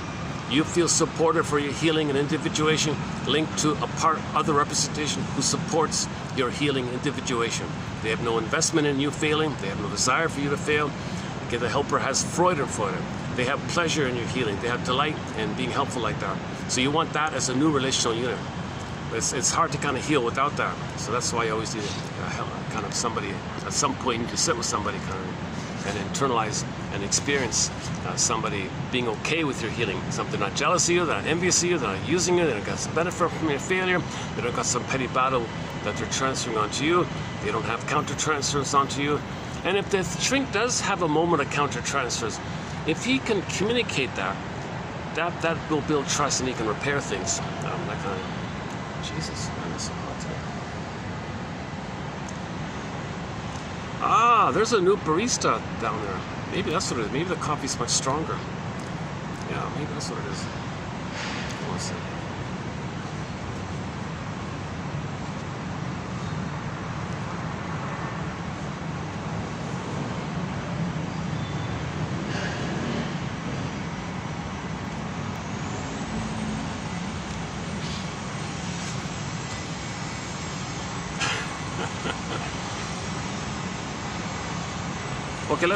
Okay, let's just pause it there due to the time factor here. I'd like to ramble a little longer, but it's already 5:17 here. I've only got like a half an hour, less than an hour of daylight. But let's what we just heard. I thought she offered a kind of a fairly clear kind of overview of some of the main personality patterns. So what you heard was a little bit about the masochistic idea, the BPD idea, the codependency idea, and the passive-aggressive idea. So let's run through them then quickly.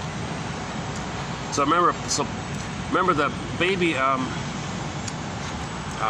person may become passive-aggressive if they've been conditioned by the mother that they cannot show any overt signs of their anger at the mother. Mother squashed it so much, then it goes out sneakily, covertly, it's hidden anger. How that looks is they'll go to life overtly being nice, simultaneously, covertly being hostile, rejecting, not refusing. So they'll openly say they'll cooperate, simultaneously, covertly not cooperate. That's kind of a passive dynamic, because they're getting their anger out not by doing something, but by disappointing you, by not following through, not any expectation you have, they'll withdraw. So they'll procrastinate, okay, they'll dawdle, deliberate inefficiency, letting problems escalate, sin of omission, they'll tell you what you need to know, let things happen. They're getting their anger on these kind of one guy calls it sugar-coated hostility. That's the final pathway for the baby to get his anger out. He can only get it out in these kind of sneaky, hidden, covert ways. And it's a huge topic, passive aggressiveness. And recently we did a 6 video, was it 6 or 10? Recently we did a whole bunch of videos on passive aggressiveness. Very illuminating material. I highly recommend.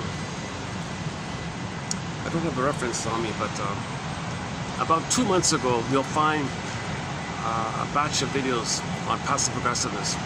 Look up the Longs. Just look up the author Long,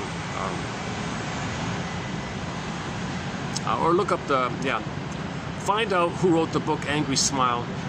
The names there, and look it up in the search engine. You'll find those quotes. Most of the quotes came from that book. Plus Scott Wetzler's passive aggressive man one. So we talk about the tar pit idea and the tar baby story and their desire to resume development. They want to stick you in so they can develop. Unmet fusion, unmet symbiosis. They don't want to overly try to control you. They want to stick you in and then use you and then separate from you like that. So the passive aggressive, the source point of passive aggressiveness is that they express their anger covertly, quietly, sneakily, in a hidden, oblique way where no one can call them out on it. If they did, okay, they look like a fool because the person who's passive aggressive can turn the tables and say, "You're so sensitive. I just did such a little thing and you got so angry. What's wrong with you?" Tables turn. Everybody's afraid of that, so they get away with it. The passive-aggressive person expresses their anger around people in a drip-by-drip little thing. One little drip, you can't call them out on because you look like a fool. That's how they get away with it. Drip-by-drip method. Okay. The person on the receiving end experiences the drip-by-drip. They feel strange. They don't know what it is. Finally, they lose their cool. Aha, tables turn. What's wrong with you? They get away with it. And they love this process. They might not be aware of it, but they love it and do it nonetheless. They get pleasure living in a passive-aggressive way because everybody's mother and everybody wants something, then they want to say no to everybody in this kind of covert way. And they love this kind of power because they're getting back at the mother. So they're neurotic. They're seeing everybody's the mother, and if anybody wants something or anybody expects something from them, okay, they'll be nice and sweet to pull you in so they can throw the thorns at you. Also known as the thorn-filled soft pillow. So the pillow looks very soft, but it's filled with thorns. So they want to pull you into the pillow, and the thorns come out like that. Passive-aggressive. So they're aggressive. They're angry. They can't show it overly because they were conditioned early on not to show any kind of anger. So it comes out in this kind of passive-aggressive way. Yeah, we talk about the pillow one, the tar baby one, and sugar-coated hostility. Some of the techniques. And if you're dealing with a passive-aggressive person, you can try the Columbo approach. So you disarm them, and you say, "Gee, I'm feeling a little triggered here. Let me take a break to process my anger. I want to understand why I'm feeling angry, so I'll talk to you later." So the person goes to the door, puts his hand on the doorknob, walks out the door, and doorknob moment, pause. "Oh, just one more thing. Perhaps a part of you is angry at the request, and that's why you didn't follow through. Just one more thing. I could be wrong. Just one more thing," and he walks out. So we talked about the Columbo one. That the way to deal with a passive-aggressive person is to kind of be disarming and just give these little tentative kind of things. "Oh, just one more thing. Perhaps the reason you didn't follow through is because you were angry at me for asking at the request, and maybe that's why you didn't follow through. Just one more thing." They love doing it, but they don't know why they did it. And they don't want to know that they're angry. They see you as angry. So if you're like a Columbo, you see, they can't really do that to you, right? Similar to this first one here. The clinician needs a sense of humor. Okay. Similar to the Columbo one. The therapist needs a sense of humor as a counterpoise to the feelings of impatience and exasperation that the passive-aggressive client is likely to evoke. So they don't want to cooperate with the therapist even. They'll be late, don't pay on time, and climb up, don't talk, speak in a low voice, you can't hear them, say it again. They don't want to freely give. They want to refuse you. They want to reject you all the time, make it difficult for you, annoy you. A side benefit is if they can coax the other person to be angry, then they can see their anger being vicariously expressed on their behalf. They love to see their own anger being expressed by someone else. Okay, and the other person is like a proxy of their anger. So they can voyeuristically, vicariously see their anger being displayed, and they can, in a fantasy way, feel some kind of release that if the other person's them, then they're getting their anger out through them. So they enjoy making other people angry. But if the other person points it out to you that you're angry and you're causing this blasphemy, they'll turn the table. What's wrong with you? How could you say such nonsense? I'm the nice soft pillow, and here you are shouting angry like that. But he enjoyed the whole thing. So the therapist needs a sense of humor as a counterpoise to the feelings of impatience and exasperation that the passive-aggressive person is likely to evoke. It's the thorns. They want to disappoint you and reject you. They don't even care if they fail at therapy. They don't care. They just want to get their anger out all the time. The therapist wants to help them. You want to help me? You're my mother wanting something. No, I say no to you. But I'm your therapist who wants to help you. No, you're my mother who demanded so much from me. I want to say no to my mother. Sometimes stunningly naive about the hostility they exude. Passive-aggressive clients need help naming their negative feelings and differentiating verbal from non-verbal or behavioral expressions of anger. To avoid activating their oppositionality, okay, not cooperating, being stubborn, all that, okay, giving you the silent treatment, giving you the cold shoulder, not completing the sentence, saying things in a vague way. They love saying things in a vague way because others get frustrated. Did you mean that? Did you mean that? They love that. They love that power over you like that. To avoid activating their oppositionality, which may take the form of sabotaging any outcome the therapist seems to desire. Oh, you want to help me? Well, I'm oppositional. Well, the therapist should take care not to seem too interested in their progress. The more enthusiastic the therapist would be. I know all about passive aggressive. I think I can help you. You're my mother wanting something.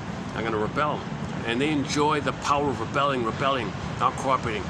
It's called a Pyrrhic revenge or a Pyrrhic thing. They don't care about the outcome. They don't care about themselves. They're just too stuck in. They're fixated. Remember the fixation?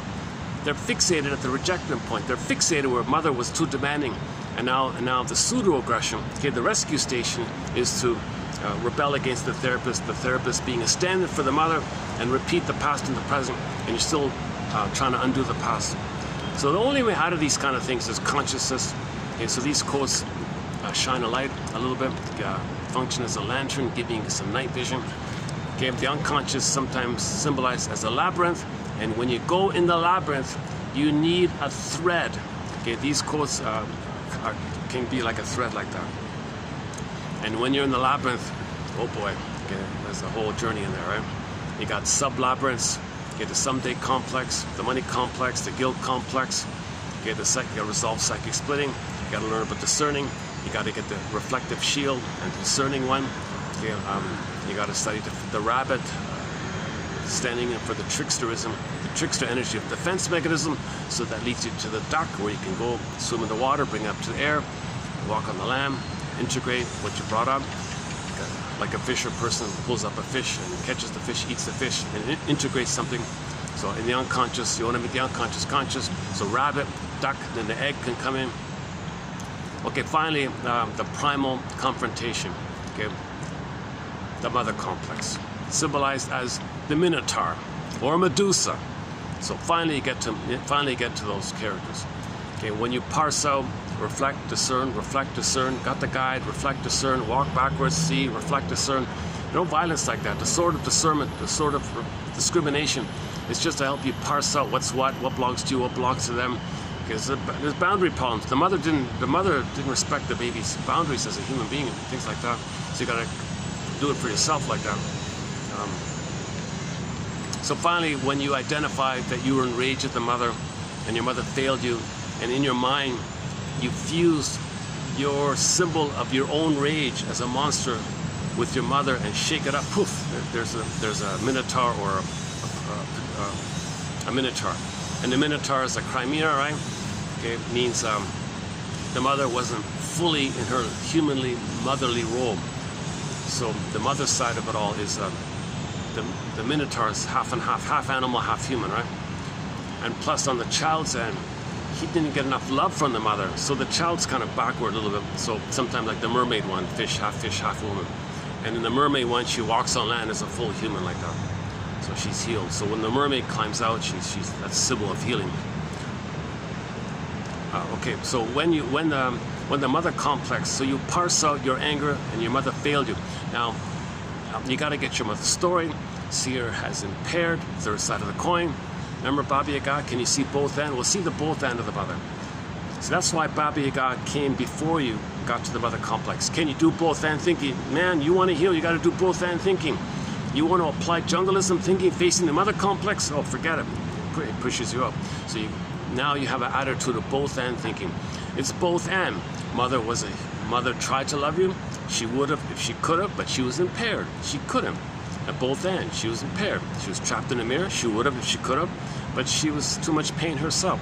So that moves towards understanding, a little bit like forgiveness, like that. And when you see your mother as a human being who's emotionally immature, who's impaired, who's got a narcissistic mother, she's crying for love, and she's stuck with her pain, repeating her past. And she never had a chance to face this. So you parse out what belongs to the mother, what belongs to you. Okay, the minotaur poofs away. Okay, minotaur synonymous with Medusa. The Medusa's pregnant. So when Medusa poofs away, it's not literal. Don't concretize or literalize any kind of image or myth or fairy tale. It just means that the thing ends. The mother complex ends. Your over focus on the mother, or your mother's over focus on you. Okay, that ends. Yeah, as a result of your mother's over focus on you to meet her needs, you end up with an over focus on her. How do I please your mother? How do I fix you? This two crisscrossing is the mother complex. It's complicated, complex for the mother. So when you parse it out like that, with discerning, okay, when the Medusa one ends, she was pregnant with twins. The twins came on the scene. Pegasus and Cryosaur, feminine, masculine. And I got it together like that.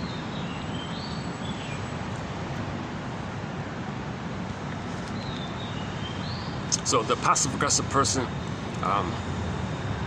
is just transferring the mother in the past to the present, sees everybody as the mother wanting something, so they rebel against everybody. So the passive-aggressive. Now they're nice to pull you in so they can fight with you. They need someone to rebel against, so they want to be nice at first, so they'll cooperate, they'll agree, because remember they can't appear to be oppositional. They got to be pleasing, and then they get their anger out. Soft pillow with the thorns idea. So the therapist doesn't show that he's eager to help him. Keep the therapy focused on the price the clients pay for the passive-aggressive acts. So first, tactfully see if you can point out that their behavior annoys others. They don't want to believe that. How dare you say that? I'm so nice. I don't annoy anybody. Your behavior annoys somebody. When you say you'll do something and don't do it, can you try to imagine that other people might be unhappy? That's their problem. They're too sensitive. I did nothing wrong. That's life. Life is like that. Normal things like that. It's normal. Okay, well, you gotta. So they're in denial, right? Remember the quote earlier. Denial. What's denial? Where was it again? Denial. Denial is denial. We're not talking about the river in Egypt. Denial. Ignoring or disregarding things that are disturbing as if they didn't exist. Yeah. Ignoring or disregarding things that are disturbing as if it didn't exist. Your behavior annoys people. That doesn't exist. What are you talking about? That doesn't exist. Denial. Denial.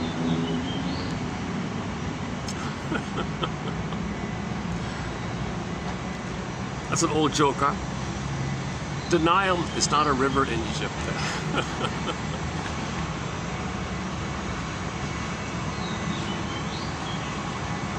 Again, the therapist needs a sense of humor or a sense of being like a Columbo as a counterpoise to the feelings of exasperation and impatience that the passive-aggressive client is likely to evoke.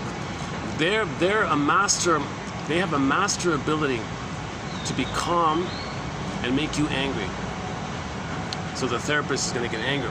So what does a therapist do? Well, be like Columbo or be like a comedian, basically. Sometimes stunningly naive about the anger they exude. They're not aware of it. They can't admit it. Remember what the mother said in the beginning? Baby, children cannot show anger. It's hideous for children to show anger. You cannot show. Did you get it? It's hideous. I shame you, baby, if you show anger. So later on, I don't know what you're talking about. I don't know what you're talking about. I'm angry? What are you talking about?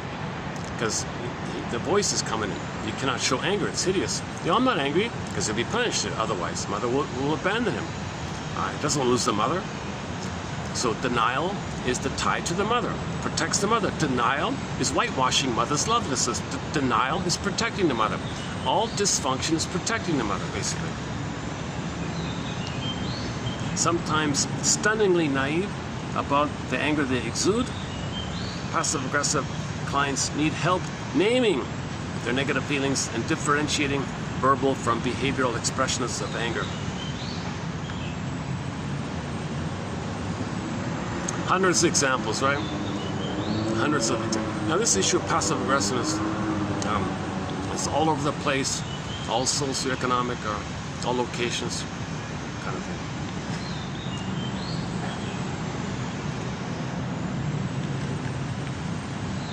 Remember, the child doesn't have an I to make I statements, so they can't have clean assertion of healthy expression of their assertion. When that happened, I felt such and such. They can't share any kind of I place.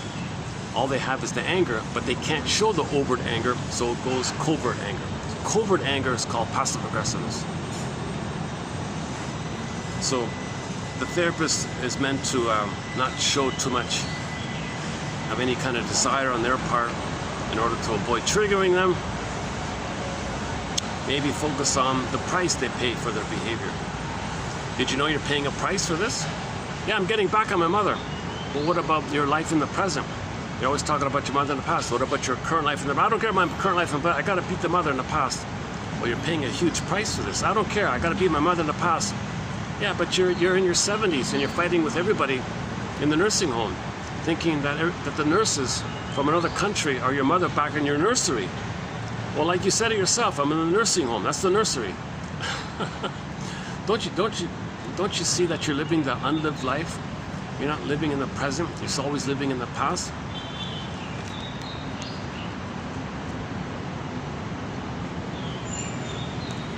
So it's all about mourning. The conclusion is it's going to lead to mourning. Yeah, where was it here?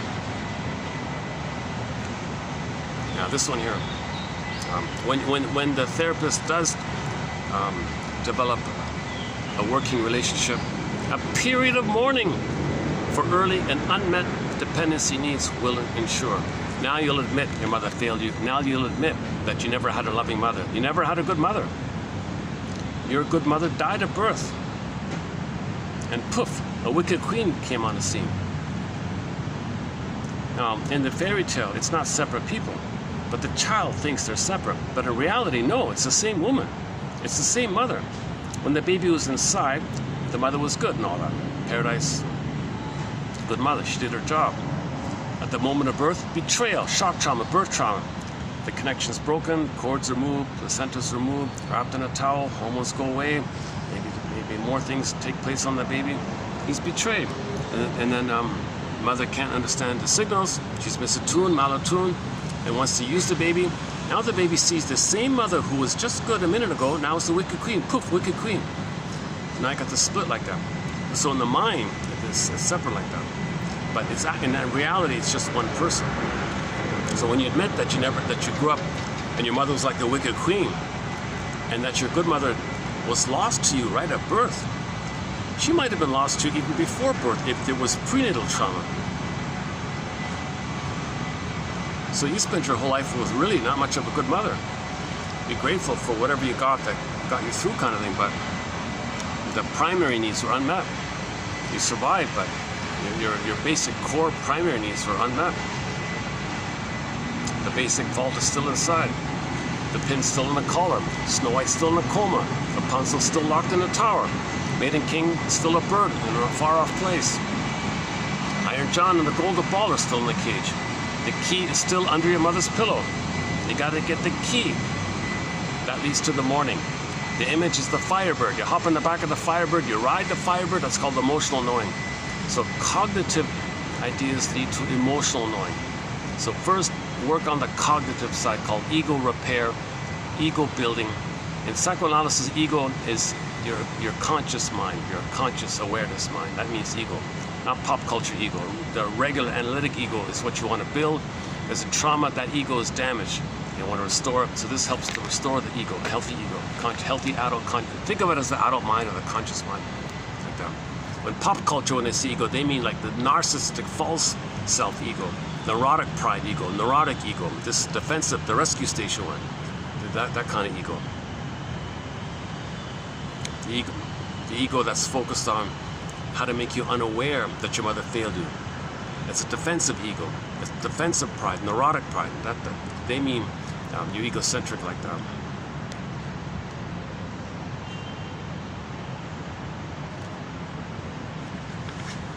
Or in pop culture, they might refer to ego as narcissism. When someone's all about them, you got such a big ego, it's all about you. They mean it that way.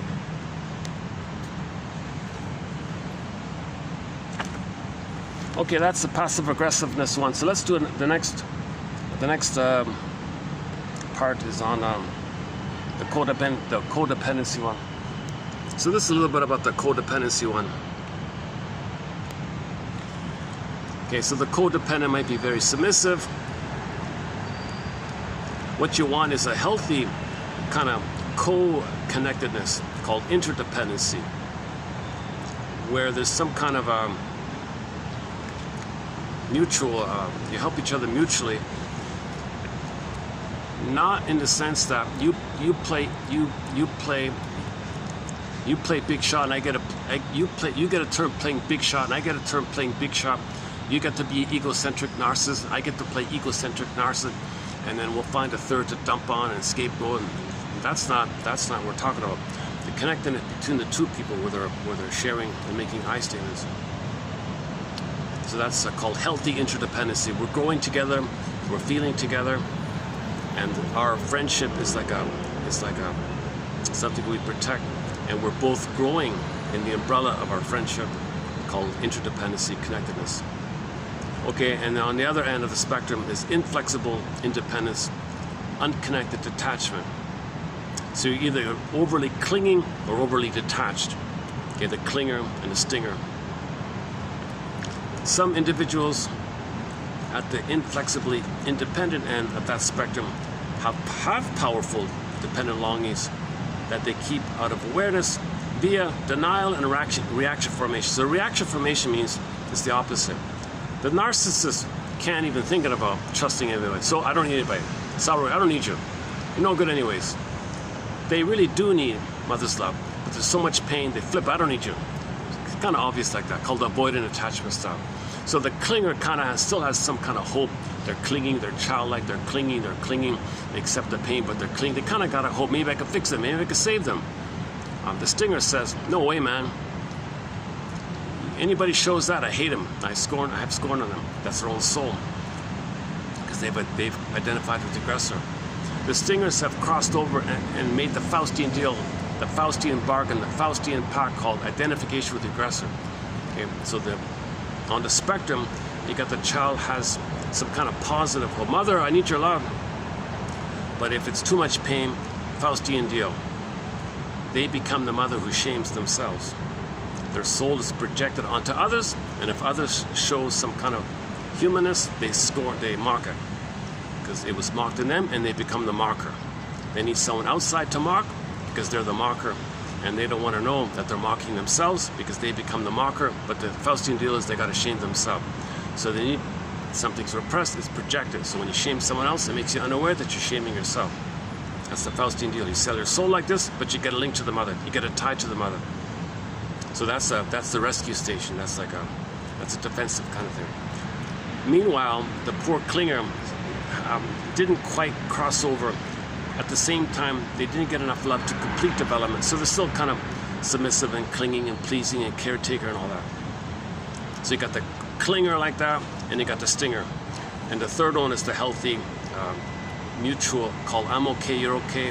Whole object relations, They each have empathy, three-dimensionality. We're all homotromicus. Everybody loves or cries for love. We're curious to wonder about our humanness. You're hurt, I'm hurt, but we're human. We have feelings. We're trying to heal. You're trying to heal. I statements. We can grow together. We can share together. I see you as a human being who's wounded. You see me as a human being who's wounded, but it's still human to human. It's still not human to human area. It's not using somebody for your past drama. It's not seeing somebody as a stand-in for somebody in the past. Oh, you're going to be me in the past. I'll be my mother. My mother shame me. You be me. I'll shame you because I'm the mother who shame me and you be me. You're not doing that stuff. Okay? Person to person. So you saw that kind of mutual kind of thing. But you want to grow together, make I statements together. So that's the interdependency. Healthy interdependency. We need each other to grow and to share and discuss like that. I don't need you to play me who I'm going to shame. I don't need you to be my imaginary good mother that never existed. I don't need you to. Be one with me. You can be yourself. I don't need symbiosis with you. Some individuals at the inflexibly independent end, stinger, they deny the clinging place. So it's seen onto others, and if others show it, they mark it. They're marking their own soul. They got to mark someone else to make them unaware that they're marking themselves. When something's repressed, it's projected. So they need someone to shame. So a stinger might marry a clinger to have somebody to shame. Meanwhile, the clinger has the naive hope that they can save the stinger. The stinger doesn't care. They're just thrilled to see their soul onto the clinger and mark them. Okay. Because they're married to mom, they made the Faustian deal. The Faustian deal is married to mom like that. The clinger wants to resume development, be themselves, and they want to help the stinger to have a mutual thing. The stinger doesn't care about that. They're out of there. It's too much denial like that. Okay, we got a whole thread on the stingers and the clingers. It takes a couple of hours to run through all that. But that's a major thread in our collection. Stingers say, I'm not okay, you're okay. I'm okay, you're not okay. Clingers say, I'm not okay, you're okay. But when the stingers say, I'm okay, you're not okay, they're talking about the refuge of regressing back to the fixation where they're out there a king and a god. From that place, they think they're okay. The soul part has devalued. They project onto the clinger. And they say, you're not okay. They're talking about themselves projecting. And they take refuge to the crumb of the delusion that they're a king and a god. The clingers say, well, that makes sense. I'm not okay, you're okay. Stingers love this arrangement. The naive, foolish clinger will try to be nice to them. I'll help you, I'll fix you, I'll save you, because the clinger is still in the original place that all babies think they can save the mother. Stinger, oh, you want to save me, be nice to me? Good, I love this arrangement. I'll keep shaming you and mocking you every time you do. That's what happened to them. It takes 6 to 7 years for the clinger to wake up and write a self-help book entitled Codependent No More. Play the song Won't Walk Down That Road No More by April 1 on our sound chart also.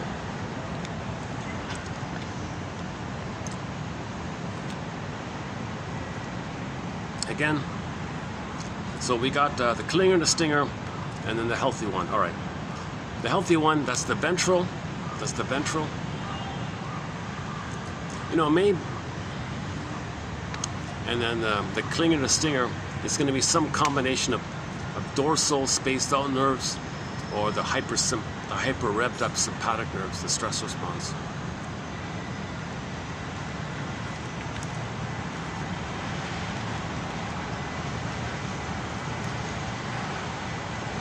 So the stinger is totally out of touch. They've lost basic trust. They don't believe in love or connection. They forget about it. They're kind of out of it. So love and gratitude have not entered into the psychological picture for the stinger. All they have is entitlement, and cynicism, sarcasm, envy, and ennui, and emotional sadism called Schadenfreude. And all they want to do is shame someone who can play their own soul, because they want to shame their own soul. That's the perverse pain, okay, that keeps them tied to the mother. And when they're tied to the mother, they get the blissful feeling of being one with the mother. And that blissful feeling, it's a blissful oneness feeling. The psychic masochism part, it's there, but they project it onto the clinger. You have my psychic masochism clinger. It's still with them. They're still fixated at the rejection point, but they make them unaware. So the rescue station is the Faustian deal. The Faustian deal is the rescue station to make them unaware of the psychic masochism, which the clinger is going to be seen as having theirs. Oh, you're like a child. You're no good. That's the rescue station. It protects their mother. You see, it protects the mother because they are the mother, and they're not aware of the guy in the howling man, in the cage, I mean in the cell in the castle. They're not aware of that. They're protecting that. That's the fixation to the mother, and he becomes the mother. So he doesn't want to unravel this kind of, he doesn't want to cleanse this out. He doesn't want to clean himself. He's got this kind of a chronic thing going on inside.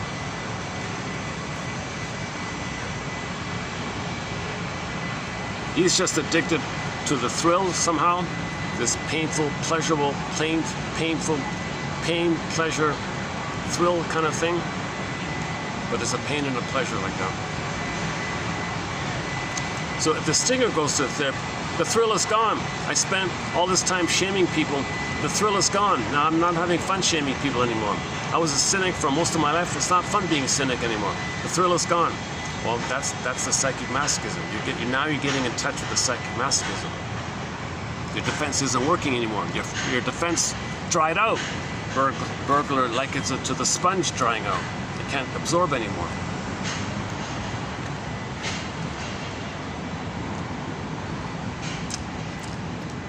Okay, so they have a pseudo-independence, thinking they're a king and a god, called narcissism. That's a pseudo-independence. Okay, because in the baby mind, they're a king and a god, pseudo-independence. The baby's highly dependent on the mother. No, in my mind, I'm a king and a god. He denies that he's dependent on the mother. In their relationships, they may define themselves as the ones on whom others depend, and they may pride themselves on being able to take care of themselves. Yeah. Another one of life's little switches. The clinger thinks he needs the stinger. He doesn't. The clinger will be fine. Play Gloria Gaynor's I Will Survive. The stinger is highly dependent on the clinger. They said, oh no, the clinger should thank me, he thinks, because I'm giving him the chance to be shamed by me. I'm independent. I don't need him. He should thank me.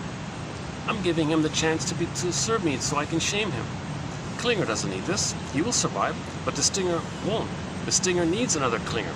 They'll be in manic mode. They're highly dependent. If the stinger doesn't have a clinger to shame, they'll probably be obsessive or a drinker, alcoholic, or a smoker, a heavy smoker, or whatever.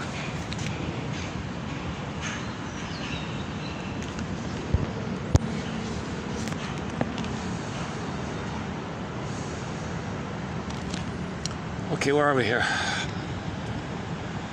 Okay, the stingers, he also calls counterdependence, like the reaction formation, like counterphobia. Similar to counterphobia, he's counterdependent against her. It's the reverse. Counterdependent individuals or stingers may look askance at expressions of need and may regard evidence of emotional vulnerability in themselves or others with scorn. Look at that, eh? So they're very good at mocking their feelings. Get over it. Don't be such a. What's wrong with you? Look, look at them. They laugh at you. They mock and laugh at your any signs of feeling or sensitivity. They'll have a sadistic glee at mocking you, right? Because the perversion is they're one with the mother. It's a perverse pleasure. to mock your own soul, and someone expresses your soul on your behalf, and you mock them, mocking yourself, and you're perversely one with the mother. It's kind of psychological incest, one person calls it. So you're with the mother, but it's a perverse, sick kind of thing.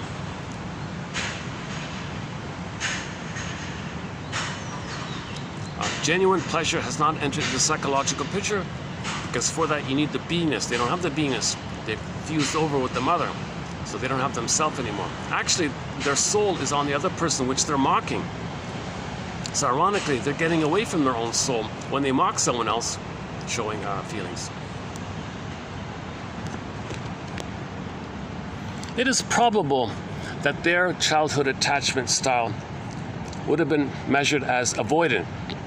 Okay, so we sometimes call them the avoidant attachment style, or the counter-dependent, or the stinger, or the narcissist, or the bully, Iago, and so on. Often they have some secret of dependency. So if somebody is avoidant, there's usually some covert secret. They're addicted to a substance, or the clinger, the one they're shaming, or maybe some ideology, or maybe a mentor. There's something in their lives that they have an extreme dependency on somehow. Some have a tendency toward illness or injury that gives them a legitimate reason to be cared for by others. So the only way they might allow themselves to be taken care of is when they get ill, or they go to the nursing home.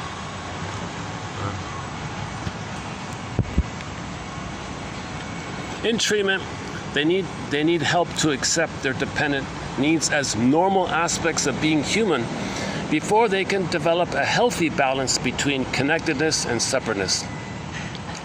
Therapists who tolerate their defensive protestations about their independence long enough to develop a therapeutic alliance report that when the counter-dependent defenses are given up, a period of mourning for early and unmet dependent needs then ensues.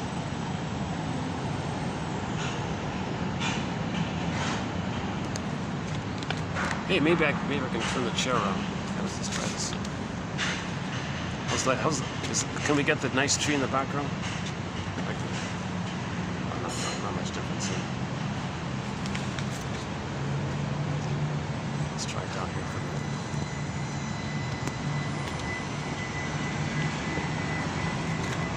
minute. What if I set up here? Aha! Maybe like this. Like this? No, I can't see it. People are coming. Not like that.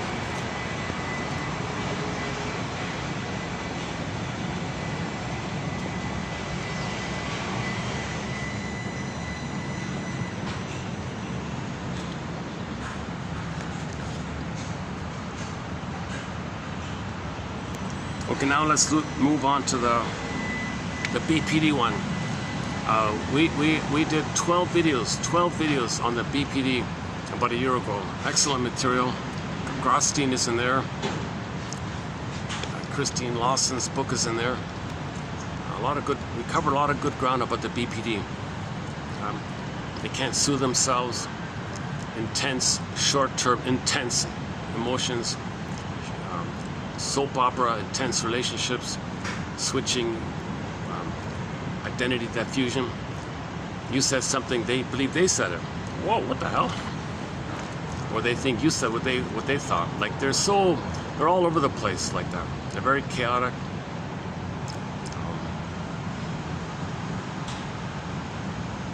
They don't know how to regulate their emotions.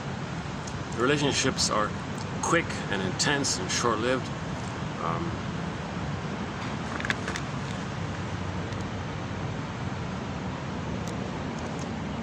And these are some of the defense mechanisms that are commonly used by those with the BPD pattern. Okay, identity diffusion. For example, their attitudes, values, and goals and feelings about self are unstable and changing, and their self-perceptions can oscillate between polarized extremes. Yeah, so there's all your flip-flopping, right? They'll really believe something in one minute, click, next minute they believe the other one. 5 minutes ago you believed that one. They don't care. They said what they had to say to survive in that moment. 5 minutes later, they'll say what they have to say to survive in this moment. They're always in survival mode, survival anxiety. They don't care about the link or the contradiction. They're just in the moment. I gotta say what I gotta say to survive in this moment. Because the source point is the baby's in a chaotic situation with the mother. Baby's flipping around. How do I survive? How do I survive? Is it this? Is it this? So in life, I believe this. Oh yeah. 2 minutes later, he believes the opposite. What about 2 minutes ago? What are you talking about? I forgot. You said it, not me. No, they'll dodge it. It's called the BPD amalgam, that kind of thing. So that's called, they don't know who they are. They could be you. They can flip it around. So it's a little chaotic like that. Identity diffusion. I have to follow up on that one. Yeah, let's follow up. Yeah, okay, let's follow up on this one here.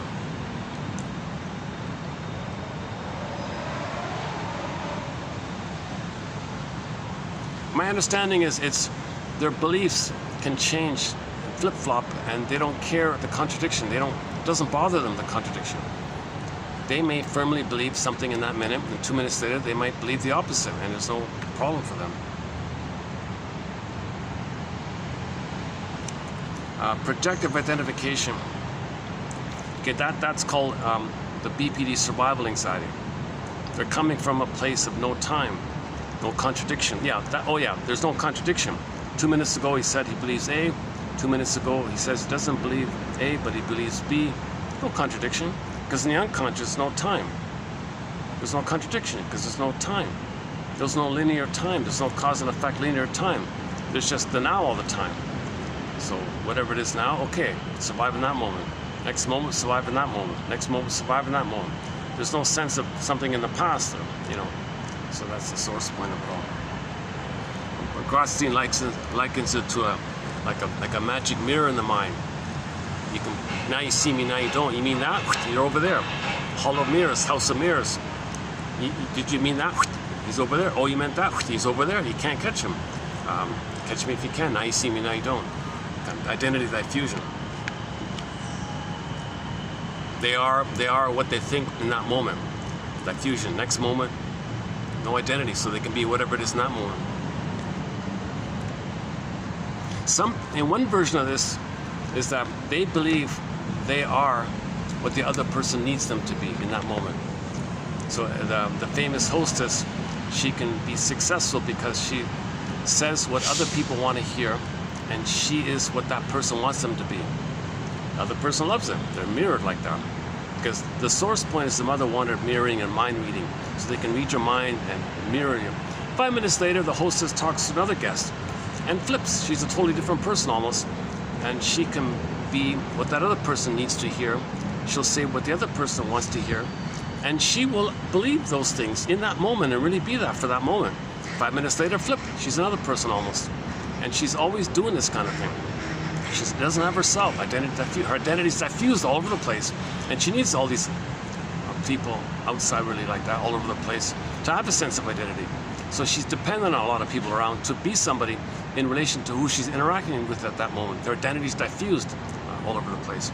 So she needs lots of people around to be somebody. The source point is, the baby's struggling. What do you want, mother? You want me to read your mind?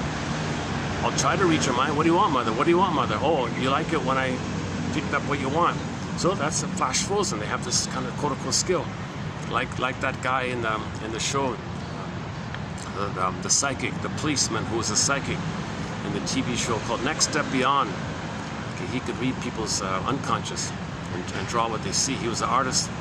So the witness saw the criminal, but he doesn't remember. So akin to not hypnosis, but sort of a little bit akin to it, the psychic would pick up his, like Spock, mind melder, so he could actually do that, and he could pick up the impressions that's in his unconscious. He could pick it up himself. He was an artist. He can get the impression of what he saw, and he can draw it. Was that the guy? Yeah, that's the guy. How'd you know? So this is the kind of thing that's going on. Okay, to be updated. Projective identification. We talk about that a fair bit. Wanting others to feel what you don't know that you're feeling. So there's the proxy phenomena, wanting others to feel what you're feeling. Misery loves company phenomena, wanting others to feel what you're feeling as a kind of communication of what you're feeling, or wanting others to feel what you're feeling so you don't have to admit you're feeling it, and so on. Projective identification involves failing to recognize a disturbing aspect of one's own personality, misattributing it to another person, and then treating that person accordingly until eventually evoking from the other person the feelings and attitudes that they are projected, that they have projected with such conviction. It puts a tug and a push and a pull on people. They talk to you with the belief that you possess the thing about them that they don't know, but they put into you, and they imagine that you have that thing of yours, and they self-fulfilling prophecy. They're talking to you like you possess the thing about them that they don't want to know. And you're like, sometimes you have empathy, you want to go along. Oh, I knew it. Oh my God, they're kind of caught like this. And there's several reasons. So those of the BPD are masters at this. They're very good at this. They're constantly engaged in projective identification. They want you to display and believe something about them that they don't know.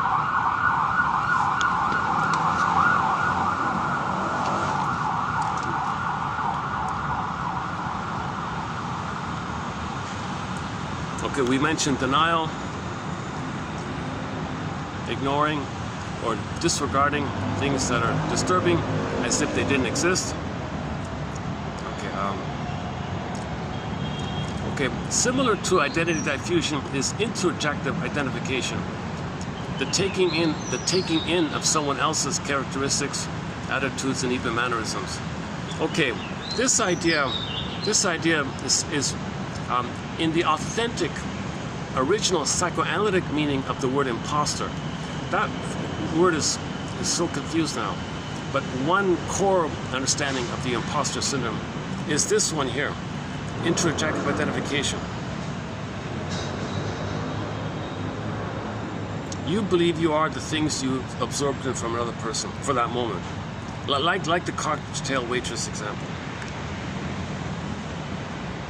So they're always an imposter, hence, where's their identity? Identity diffusion. They could be anybody, everybody, anytime. So actors are very, very good in this area. People in the Hollywood area.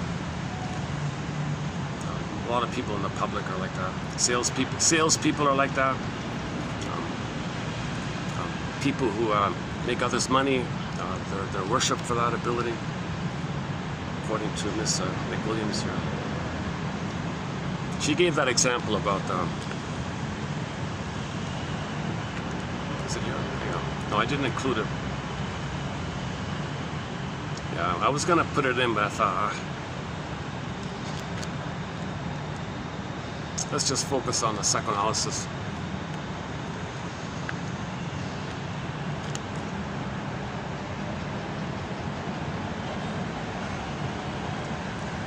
Omnipotent control, treating others as an extension of oneself, with little recognition that the other person is a separate being. Okay, the baby thinks he controls the breast. That's flash frozen. He wants to control everybody. He thinks everybody is an extension of him, and if somebody doesn't give him narcissistic supply, he's angry because a part of him is misbehaving, narcissistic injury, narcissistic rage. The way when the breast is misattuned, the baby's enraged at the breast. Other people are symbolic breast, they'll be enraged at others. I'm not sure if that phrase is too helpful, omnipotent control, but anyways. Here's a good one, acting out. Here's the clearest definition of acting out. Repetitively living out an internal drama that cannot be remembered, felt, or conceptualized. Now that's the best one here. So this belongs to all dysfunctional people, not just BPDs. Acting out. Repetitively living out an internal drama. See, the internal drama is you cry for love, mother said no. So that 45 record, you carry it with you. New situations, you play your only tune. Benignly, you play yourself, others reject you. Perversely, you play the rejecting mother, you reject yourself. Find someone outside to play you to reject. Flip-flop, the one you reject is your mother who hurt you. Open the door, you anger the one you just shamed.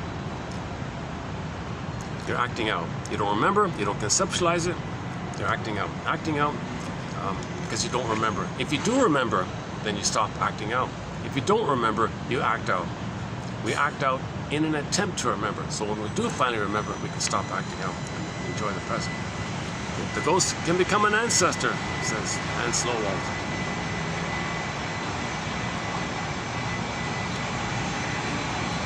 Okay, the trance, okay. The body bears the burden one, okay. Okay, the over-idealizing, maybe it might be there, the splitting. Either they're amazing. The Miriam Minerval from Brazil gave the example of her client. The woman said to her, if a man doesn't give her everything, click, he gives her nothing. Over-idealization or nothing. Because the baby needed everything. It doesn't get a click. It's the opposite. It's heaven or hell. So that's part of the psychic splitting. Babies cope with trauma by using psychic splitting. They cannot handle the third side of the coin. Babies cannot handle the third side of the coin. It's going to be either or for them. They need paradise. They don't get it. Oh my God, there's no mother, they're in hell. It is kind of either or. Okay, this last one here. This last one here is sort of like the older traditional ideas of the term emotional masochism, as a little bit distinct from Berdler's conception called psychic masochism. So let's just backtrack a bit from a historical point of view and talk about the masochism.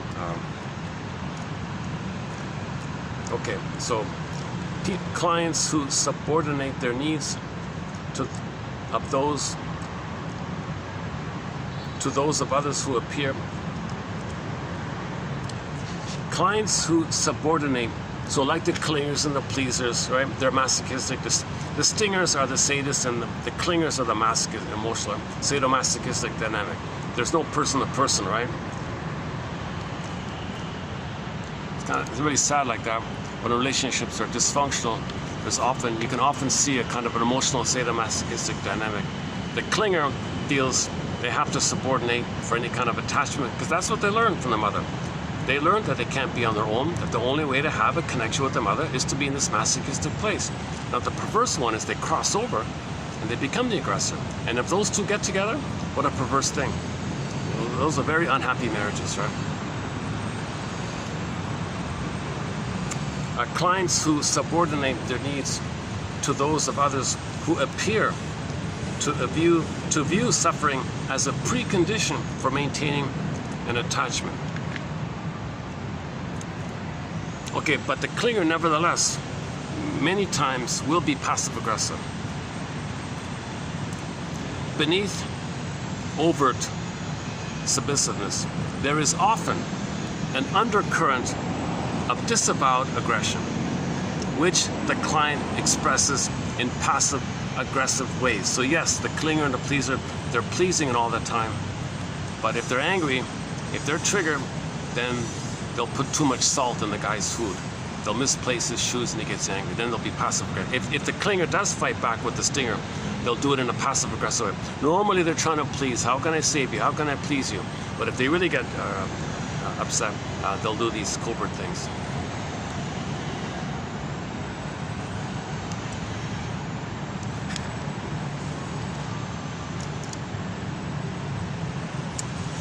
Okay, some emotional masochists or clingers believe that their suffering is virtuous. So they take a kind of neurotic pride. See, I'm suffering, I'm doing all this, look how great I am. Okay, this was termed by a guy named Theodore Reich 100 plus years ago.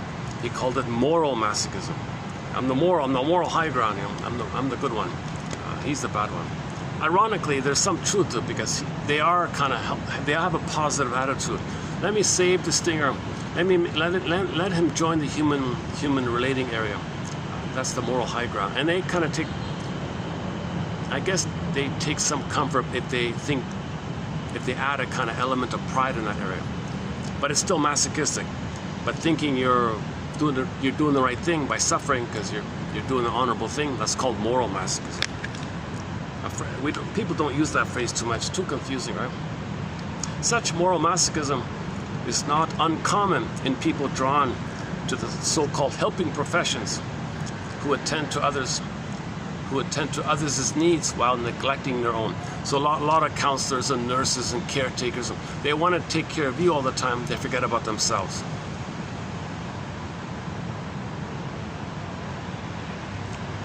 Maybe the person spends all their money to make everything nice for the visitor. Meanwhile, they have nothing to eat for themselves or something. I don't know, maybe things like that. But they'll take pride in that. Like they might take pride in that. Aren't they such a great host? But they're suffering themselves. But they want to please other people. So the pleasers are moral masochists, in other words.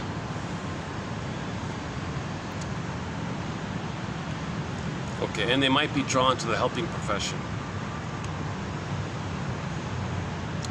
Clients who appear to hold unconscious conviction. Okay, another one. Okay, a different kind of masochism, a more perverse, aggressive one. On the spectrum of it, on the more harmful one, is called the aggrieved pattern, called victim entitlement. Clients who appear to hold the conviction that the world owes them compensation in proportion to their suffering. Some clients. Okay, that's okay. Okay, another version. Some clients, another on the extreme end. Some clients who experience a childhood caregiver as envious, like the wicked queen, okay, may become paralyzed with anxiety, expecting to be attacked for any personal success. Unconsciously, they may seek to get it over with by provoking the attack they anticipate as inevitable. Yeah, there was one example. The lady was sure that he would dump her. She had that in mind already. So she would tease him, annoy him, get her over with, dump me already. So she was in control like that, right?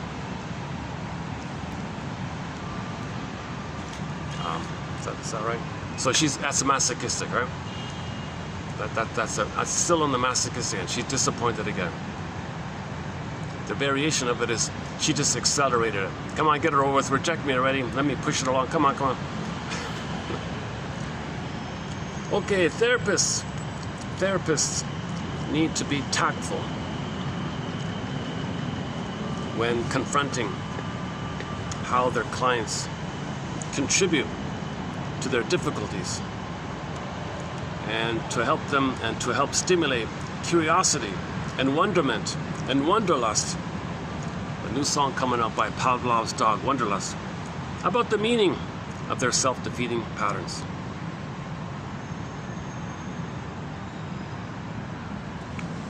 Okay, let's play the readout again. Listen.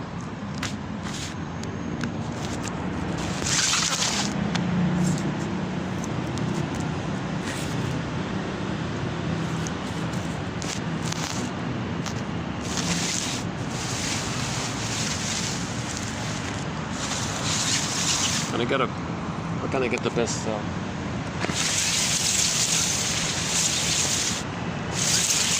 Just get the sky. Wow. All right. Never mind the view. All right. This. What about like this? Is that better? Not really, eh? Okay. Never mind. Okay. Here we go.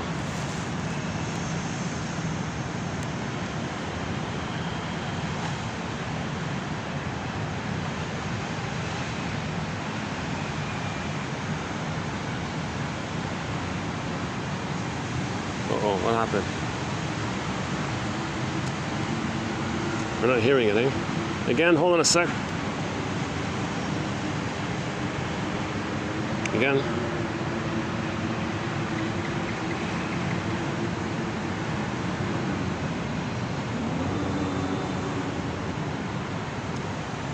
This is a new thing I'm using. Okay, hang on, let's try again.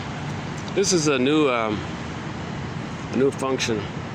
I got to get used to this thing here. Okay, one more time.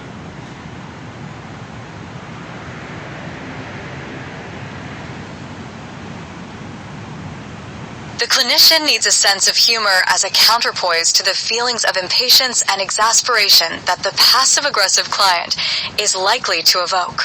Sometimes stunningly naive about the hostility they exude, passive-aggressive clients need help naming their negative feelings and differentiating verbal from behavioral expressions of anger. To avoid activating their oppositionality, which may take the form of sabotaging any outcome their clinician seems to desire, the clinicians should take care not to seem highly invested in their progress. Keeping the therapy focused on the price the clients pay for passive-aggressive acts. Bornstein, 1993, describes a continuum from maladaptive dependency, submissiveness, through healthy interdependency, connectedness, to inflexible independence, unconnected detachment. Some individuals at the inflexibly independent end of that spectrum have powerful dependent longings that they keep out of awareness via denial and reaction formation. They thus have what amount to dependent personality dynamics masked by denial and pseudo-independence. In their relationships, they may define themselves as the ones on whom others depend, and they may pride themselves on being able to take care of themselves. Counter-dependent individuals may look askance at expressions of need and may regard evidence of emotional vulnerability in themselves or others with scorn. It is probable that their childhood attachment style would have been measured as avoidant. Often they have some secret area of dependency on a substance, a partner, a mentor, an ideology. Some have a tendency toward illness or injury that gives them a legitimate reason to be cared for by others. In treatment, they need help to accept their dependent needs as normal aspects of being human before they can develop a healthy balance between connectedness and separateness. Therapists who tolerate their defensive protestations about their independence long enough to develop a therapeutic alliance report that when the counter-dependent defenses are given up, a period of mourning for early and unmet dependent needs then ensues. Clients whose personalities are organized at a borderline level show identity diffusion. Their attitudes, values, goals, and feelings about self are unstable and changing, and their self-perceptions can oscillate between polarized extremes. Projective identification involves failing to recognize a disturbing aspect of one's own personality, misattributing it to another person, e.g., the clinician, and then treating that person accordingly, until eventually evoking from the other person the feelings and attitudes that they have projected with such conviction.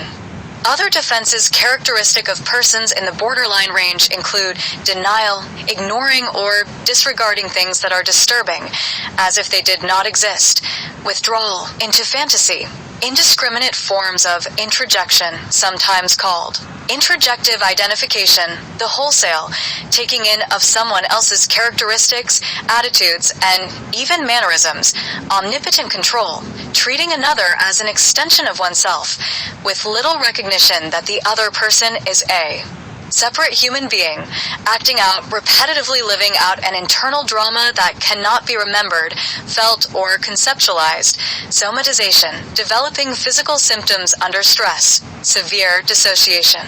Incongruous disconnections between different aspects of experience, or shifts of self, states.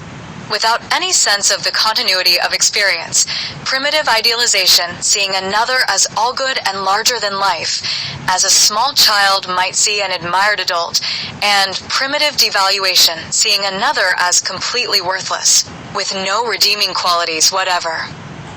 Clients who subordinate their needs to those of others and appear to view suffering as a precondition for maintaining an attachment relationship. Beneath overt submissiveness, there is often an undercurrent of disavowed aggression, which the client expresses in passive-aggressive ways. One version of masochistic dynamics applies to clients who equate self-renunciation and suffering with virtue. Self-esteem is tied to self-deprivation. Such moral masochism is not uncommon in people drawn to the so-called helping professions who attend to others' needs while neglecting their own. Clients who appear to hold the unconscious conviction that the world owes them compensation in proportion to their suffering, the aggrieved pattern. Victim entitlement. Some clients who experienced a childhood caregiver as envious and retaliatory may become paralyzed with anxiety, expecting to be attacked for any personal success. Unconsciously, they may seek to get it over with by provoking the attack they anticipate as inevitable. Tactful confrontation about the client's own contributions to his or her difficulties can stimulate curiosity about the meaning of self-defeating patterns. In other words, know thyself. Ask yourself why you're doing what you're doing. That's called fighting the good fight in this song. Let's try this with the male voice. Hold on a sec. Let's see. Which do you prefer? The clinician needs a sense of humor as a counterpoise to the feelings of impatience and What happened here? Hold on. Let's see if I can get the male voice. Let's see which one's better. Voice pack. Exasperation that the passive-aggressive client is likely to evoke. Sometimes stunningly naive about the hostility they Hang on. How do we get to the beginning? Okay, again, let's try it with the male voice. Know thyself. Get to know ourselves.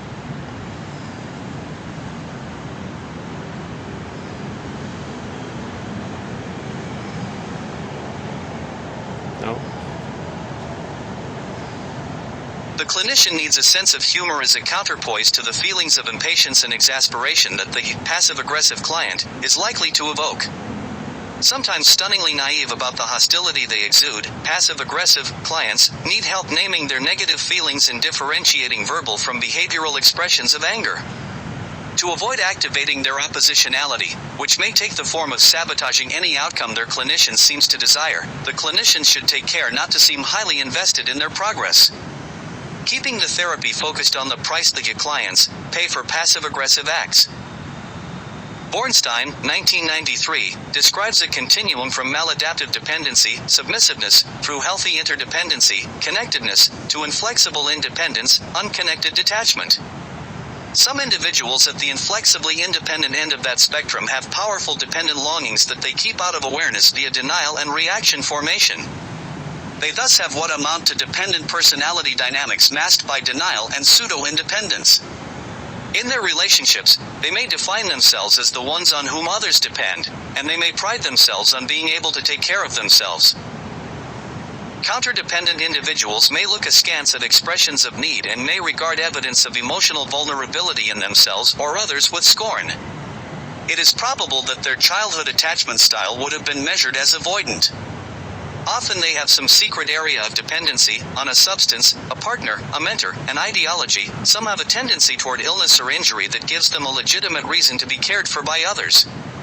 In treatment, they need help to accept their dependent needs as normal aspects of being human before they can develop a healthy balance between connectedness and separateness. Therapists who tolerate their defensive protestations about their independence long enough to develop a therapeutic alliance report that when the counterdependent defenses are given up, a period of mourning for early and unmet dependent needs then ensues. Clients, whose personalities are organized at a borderline level show identity diffusion. Their attitudes, values, goals, and feelings about self are unstable and changing, and their self-perceptions can oscillate between polarized extremes. Projective identification involves failing to recognize a disturbing aspect of one's own personality, misattributing it to another person, e.g., the clinician, and then treating that person accordingly, until eventually evoking from the other person the feelings and attitudes that they have projected with such conviction. Other defenses characteristic of persons in the borderline range include denial, ignoring or disregarding things that are disturbing, as if they did not exist, withdrawal, into fantasy, indiscriminate forms of introjection, sometimes called introjective identification, the wholesale taking in of someone else's characteristics, attitudes, and even mannerisms, omnipotent control, treating another as an extension of oneself, with little recognition that the other person is a separate human being, acting out, repetitively living out an internal drama that cannot be remembered, felt, or conceptualized, somatization, developing physical symptoms under stress, severe dissociation, incongruous disconnections between different aspects of experience, or shifts of self-states.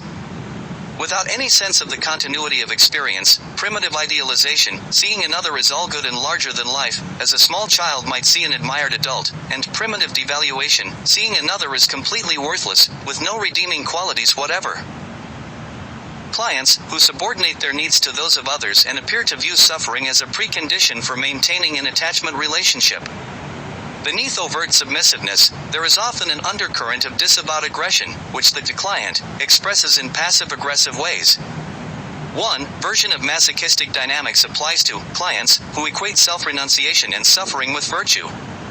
Self-esteem is tied to self-deprivation. Such moral masochism is not uncommon in people drawn to the so-called helping professions, who attend to others' needs while neglecting their own. Clients, who appear to hold the unconscious conviction that the world owes them compensation in proportion to their suffering, the aggrieved pattern. Victim entitlement.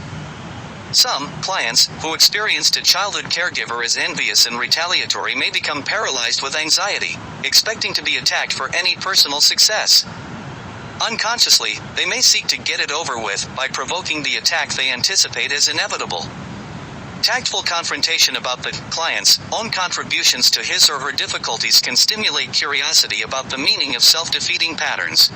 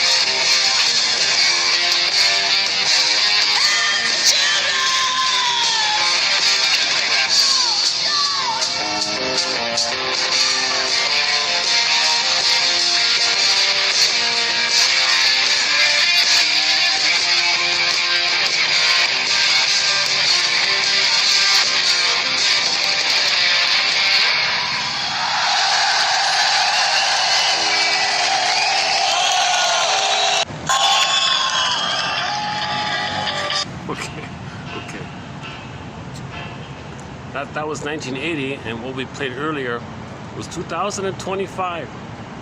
45-year difference there. Okay, let me see if I can go inside and quickly run through today's batch. So give me 5 minutes to find another spot.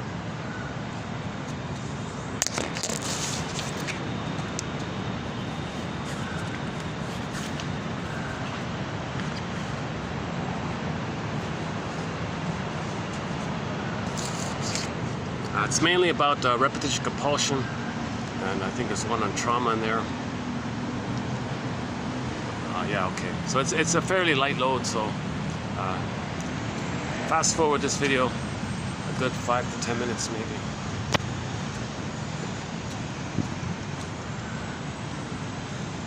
If you're watching. If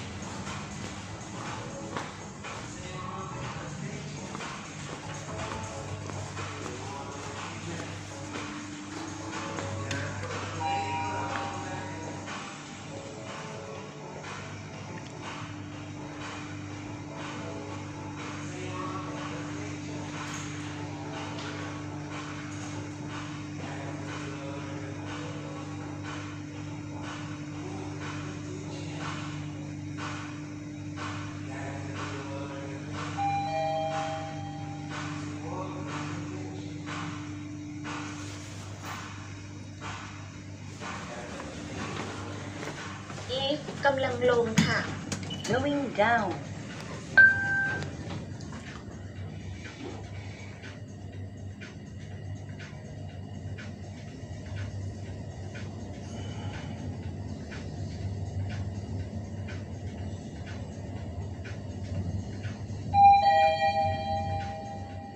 ชั้นหนึ่งค่ะ first floor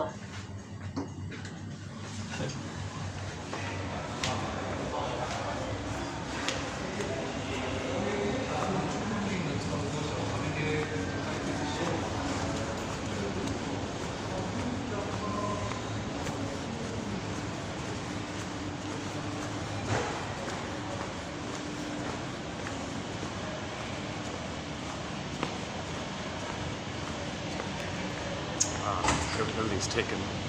What's that?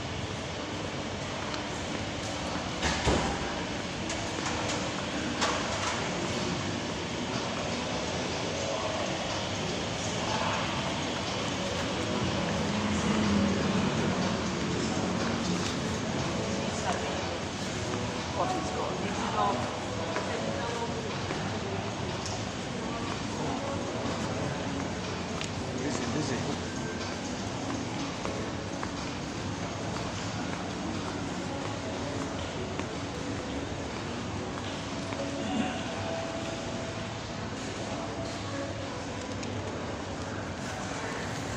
Let's see if we can zip through these quickly here.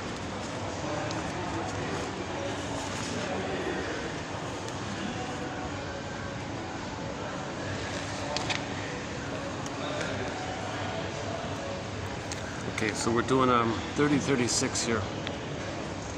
Maybe I can hold on a second.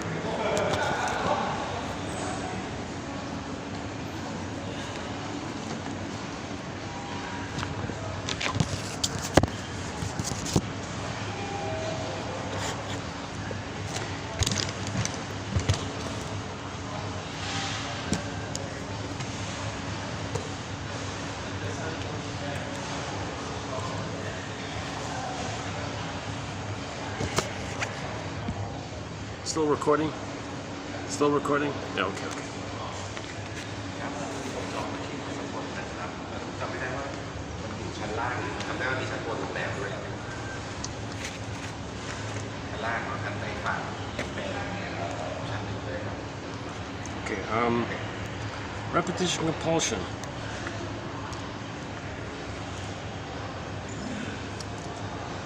Okay. The tendency of the psyche to mistake a benign situation in the present for an originally traumatic one. You're not seeing the present properly, right? You're only seeing the past. The past is the present. The present is called the presenting past or the presented past, where you transfer the past to the present and see the present as the past. And then, oh, jeez. What's going on?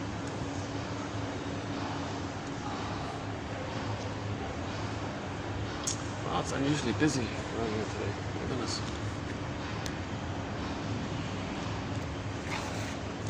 Okay, again, a young woman's traumatic early abandonment by her father, for example, will lead her to interpret every analogous situation with a man whom she begins to like as also like the past. So she will reject the fellow and suffer the abandonment once again.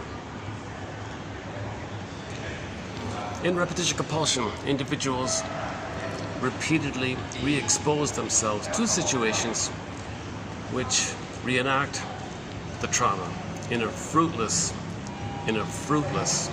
attempt to master the experience. Paul Libby also says you can have 20 lifetimes being dysfunctional. It never translates to you receiving mother's love that was needed back in the nursery. No magical time machines. It's fruitless. We repeat to get the story. That's why we repeat. You can originally say you're trying to master the trauma. Okay, that's the old idea. Now we say, no, it's an attempt at memory and feeling, our inferring mind, our unconscious mind, our double self, our secret self, our shadow self, our shadow soul, the one who walks with me, who's not like me, who is me. Someone's living my life, I know nothing about him. This unconscious self of ours is trying to communicate to us. So it gets us like a puppet to reenact it, and we gotta build our conscious mind to get the message from the past, unconscious. Make the unconscious conscious. So it's fruitless to just have this some kind of someday hope. Someday, a pint of ice cream will be mother's sweetness in the past. It's fruitless. You can have 20 lifetimes gulping ice cream. It's never gonna translate to receiving mother's comfort and soothing.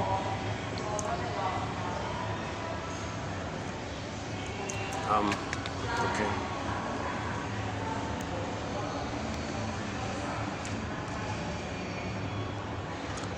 The individual unconsciously arranges for variations of an original theme, which he has not learned either to overcome or to live with. He tries to master the situation, which in its original form had been too much for him, by meeting it repeatedly and of its own accord. Like a same old idea. Erikson is quoting the old idea. You think you're trying to master this trauma. How do you master birth trauma? Come on. You gotta talk, you gotta feel safe with somebody to admit that there was trauma and do the mourning process.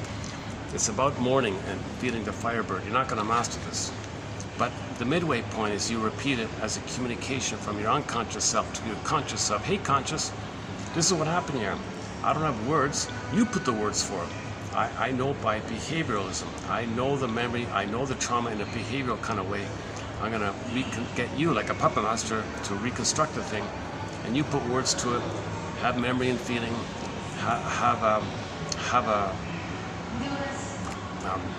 in the natural response to the confession and the admission that you now realize your mother failed you. In the weeping, a lot of cortisol will come out in the tears, and you'll feel much better.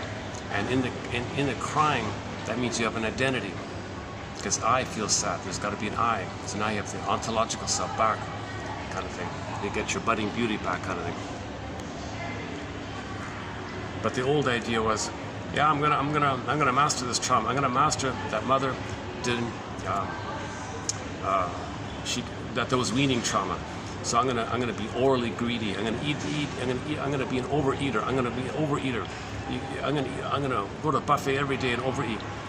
Really, you're gonna master the trauma of weaning trauma of the past by being an overeater?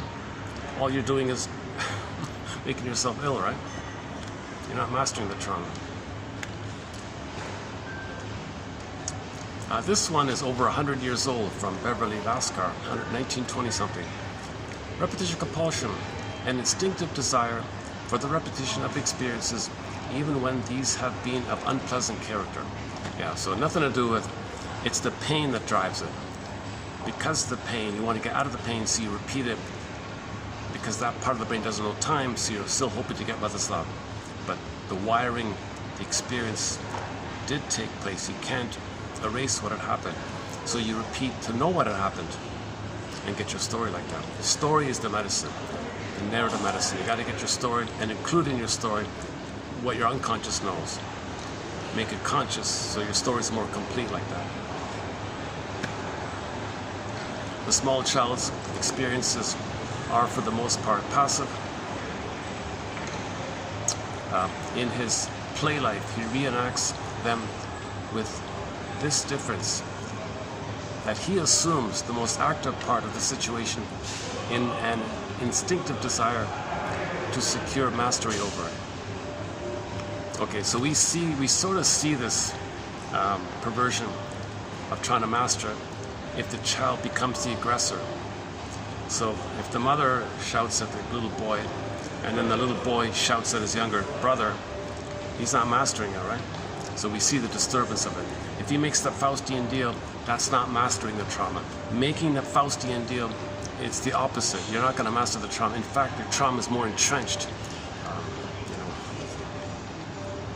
But we see maybe the positive intention is he doesn't want to be pained, so he'll become the aggressor. But he is aggressing against himself. The trick is he just found a way to make him more unaware of it. He buries it more. Now he's going to be a disturbing character. He's not mastering the trauma. Being a disturbing character is not mastering the trauma of your mother being disturbing.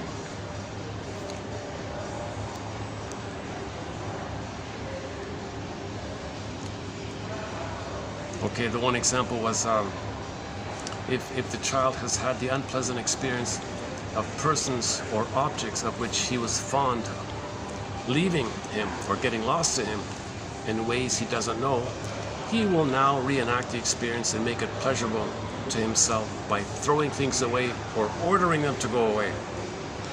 Yeah, so if the parent says to the kid, go away, so he says to the dog, go away, or he thinks he feels pleasurable. It's this perverse Schadenfreude kind of, this power, this perverse kind of misuse. It's power against.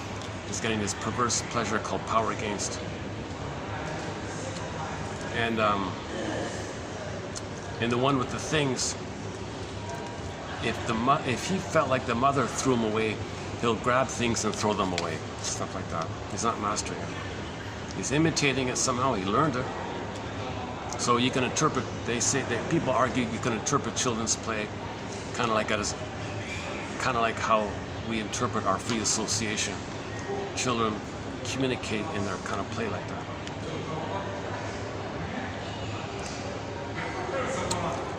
In the same way, when he has been hurt by contact with an object, he will be afraid of it only so long as he fails to recognize its innocuous nature.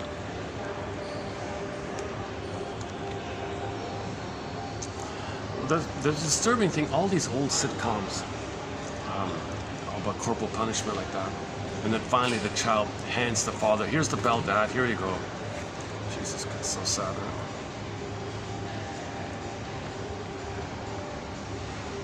And then the child grabs the belt and beats his younger kid.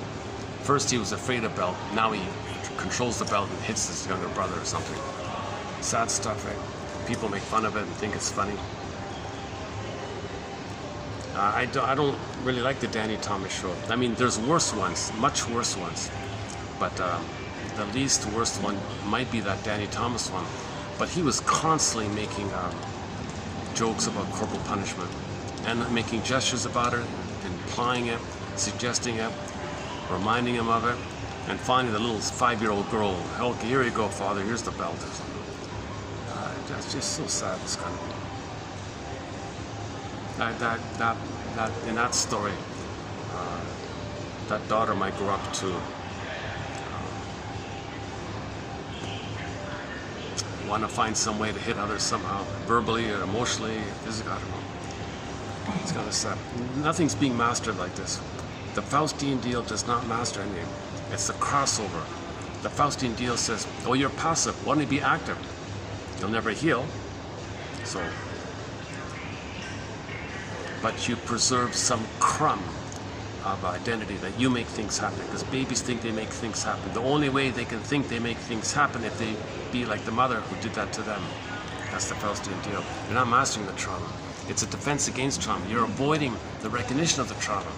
Acting out in this kind of way, it's not mastering the trauma. It's kind of like you're less able to master the trauma the more you imitate the trauma, kind of thing.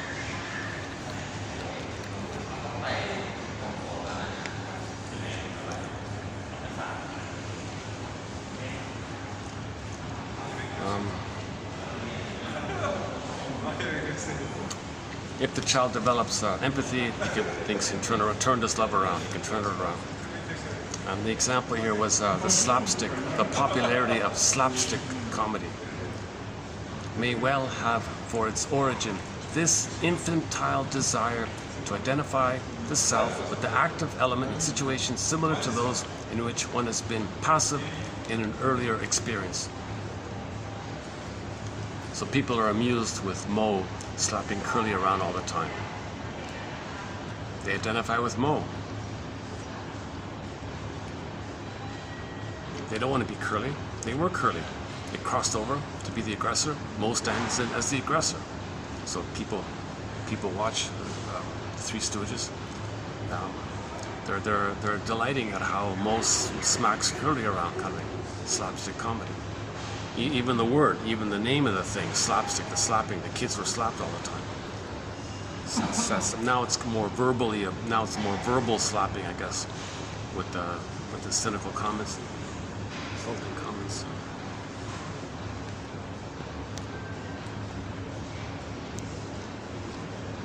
Actually, it's funny.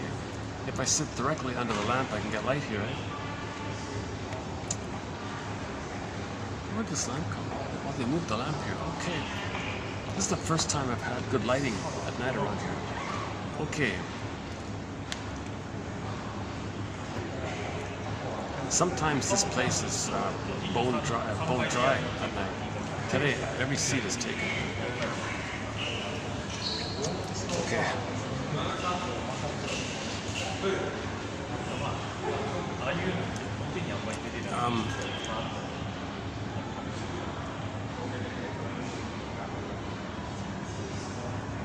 Okay, let's just leave it there. There's one or two other ones. Maybe we'll just leave it here.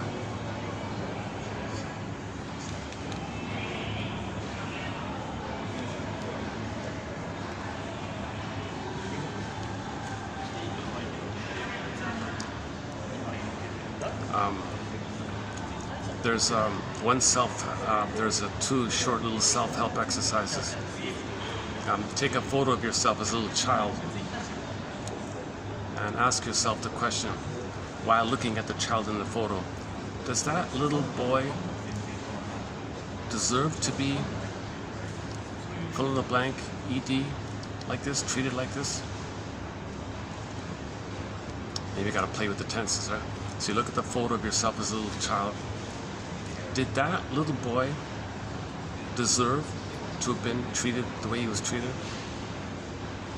So, okay, that's a glimpse of self-compassion. That's called self-compassion. So, an immediate confession that you do have self-compassion for yourself. An immediate recognition that we all have self-compassion for ourselves is this exercise. Take a little photo of yourself when you were a child and ask yourself, does that little boy, or did that little boy deserve to have been shouted at? I'm not sure why it's in the present tense. Does that little boy deserve to be shouted? Like, shout it out like this. Okay, play with the tenses, right?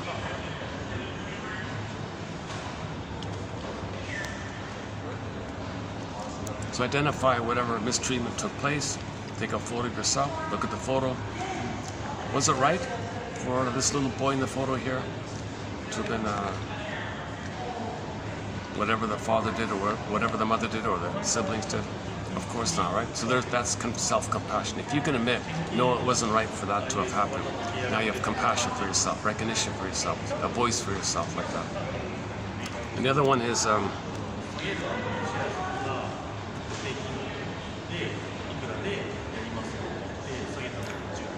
if there's something about yourself that you've ignored, you know, the ability to speak honestly, let's say, try that one. I'm referring to Triumph Song. Are you being, you're not being honest, if you're not being honest with yourself, take a look inside your mind. Quote, I'm so sorry I ever thought you didn't belong. So think about your authentic voice. Imagine that within you, you do have an authentic voice that speaks in resonance to your Pegasus. And the voice is the muses or the cryosaur or the masculine or the expression of your soul. That's the voice. The voice is like the speaking, the active, and you got the feeling. So the voice, you ignored that voice because you ignored your soul. So do it for both. Do it to your soul. Dear soul, I'm so sorry I ever thought you didn't belong. And do it to the voice of your soul. I'm so sorry I ever thought you didn't belong as well. I'm so sorry that I ever thought you two didn't belong.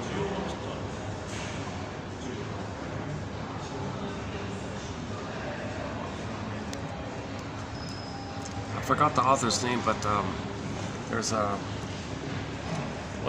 self-help book called Talk to Me Like I'm Someone You Love. And one of the cards in there, flashcards in there is if you're arguing, she holds up the card. It says here, I'm so sorry it took me so long.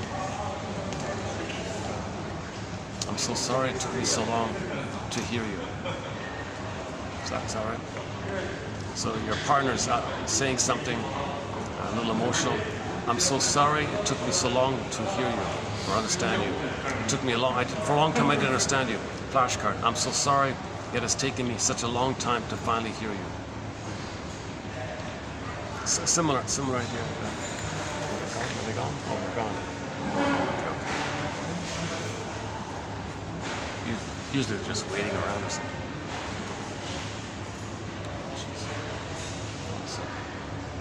These, these ads, they're really getting with the high def.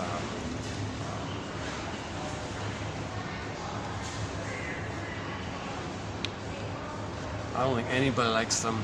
It's these shocking horror. Some of these ads have a horror, violent, shocking, and very high def, big, glossy, bright screen.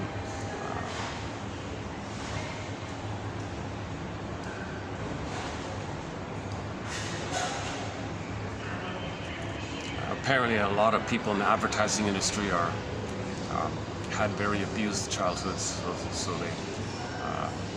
so they want to shock you because they were shocked. If they were hurt by their parents, well, they want to try to hurt you with their disturbing images. It's a communication. They want to induce, provoke, coax you to feel shame, scared, because that's how they felt with their mother in the past. As above, so below. People creating these kind of things, that's the outer, that's the reflection. The outer is the reflection of the inner state. If somebody creates those kind of shocking horror things, that's a reflection that they were abused inside, they're hurt inside like that. And the rationalization, yeah, it gets people's attention, they'll buy the product, they'll strong emotions, they'll link to the product and they'll buy the product. It doesn't work, it's the opposite. It's people have an adverse reaction to that product. Like I'll never ever buy that product, whatever it was. I don't even know what they were selling in there. Jesus Christ.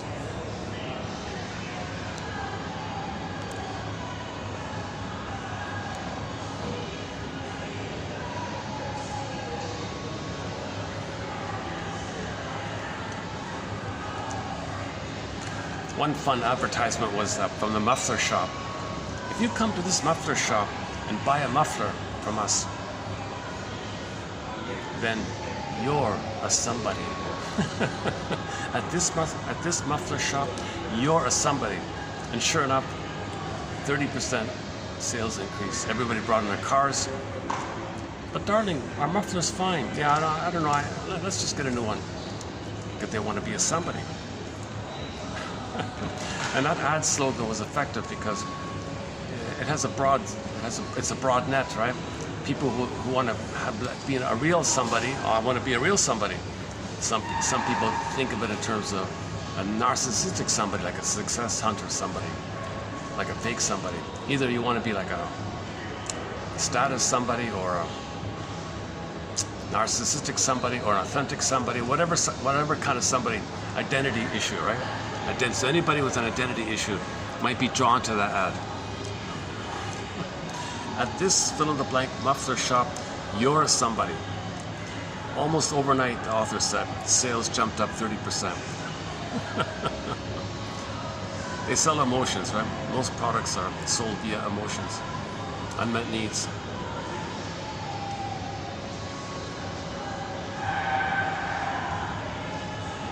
Oh man, this is the first time I found light here at night. Look at that. That's because they moved the lamp over this way, right?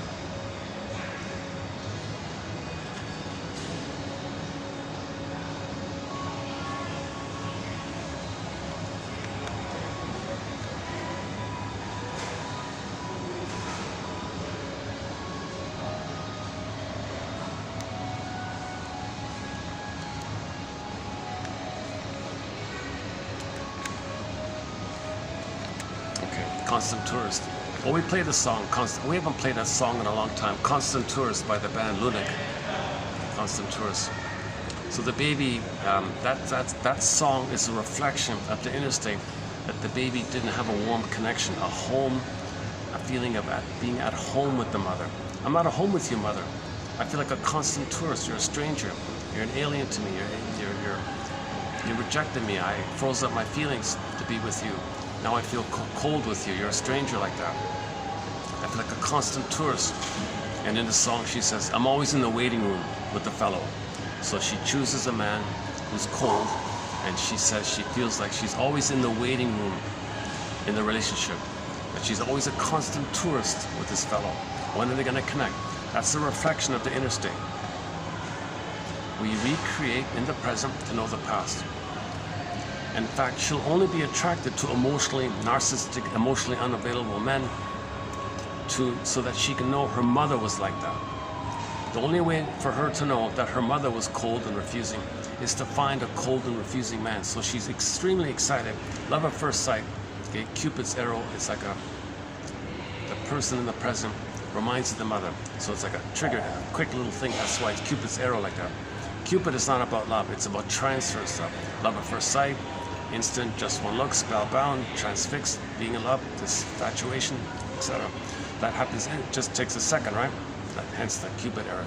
So somebody in the present reminded him of the mother. Some man in the present reminded her of her mother. She recreates. In fact, she'll only be attracted, and in fact, she's only in search of a man who will remind her of the mother. Because she's trying to process this. She's trying to make it conscious. Her unconscious self, her double self, her secret self, her inferring mind, her non-reporting brain. Okay, this innate drive for healing is trying to communicate to her. It's trying to send a signal, a message to her. So that's why she'll be excited to find a man who has the same psychology like her mother. So she'll repeat the dynamic. She'll have a great hope with him. Always feels cold and detached. Constant waiting, constant tourist, constant waiting room, constant tourist. Why are we connecting here? Why are you ignoring me? Okay. She chose that to know the story. You see, and that's the lens. If there were a loving man, a warm-hearted man who cares, she would be interested. It wouldn't trigger. The triggering is that somebody in the present reminds the mother, that flares up the blissful wiring of the oneness of the mother you laid down. It's frozen, it's kind of suspended, it's kind of waiting for Mr. Right, Mr. O. Okay, so that somebody's there, it flares up. Now the man in the present for her is seen as an emotional reincarnation of her mother. there's the mother. Now she flares up the wiring with the mother. That she transfers the mother in the past to the fellow in the present, and is relating to the fellow in the present like he's the mother in the past. But this time she says, "You're perfect. I love you. You're perfect. Now please change." So she kind of like thinks she's picking up with the mother. So first is the blissful oneness that's unresolved. She wants to continue. She needs 4 to 5 months of that. The baby needs 4 to 5 months of bliss with that. So she thinks she's going to get that and resume development. But the fellow in the present isn't the breast mother in the past. It's going to fail, disappointed. She'll be all upset. "Oh, you lied to me. You're a playboy. You're a cheater. Okay, you fooled me. I thought you were the one. Or you betrayed me. What's wrong? Oh, why are you so cold?" She'll have all these kind of comments. That's for her to know. That's what she felt with the mother.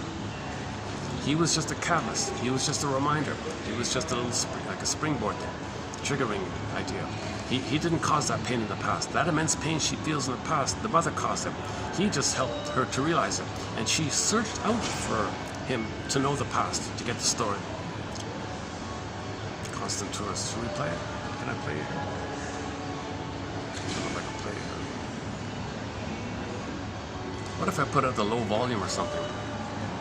Give it a try. Okay, let's see if I can play it at a low volume.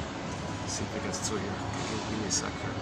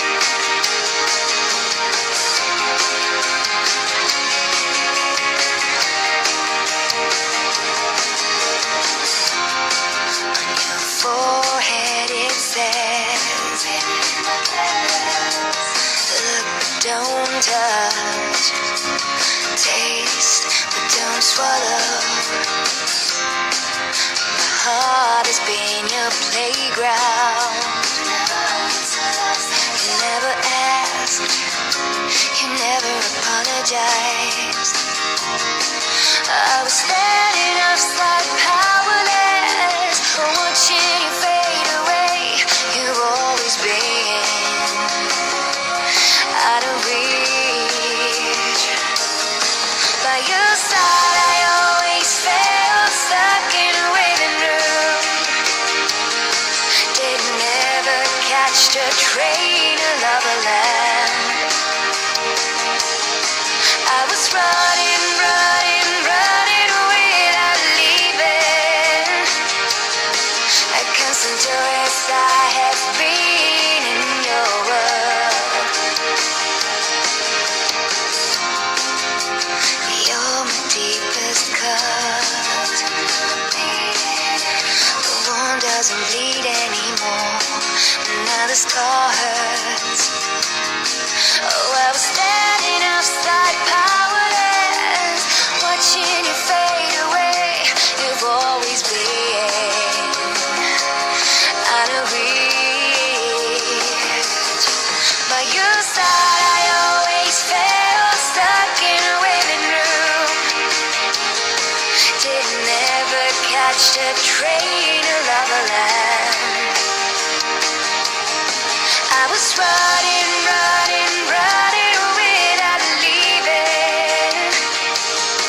A constant tourist, I have been in your world.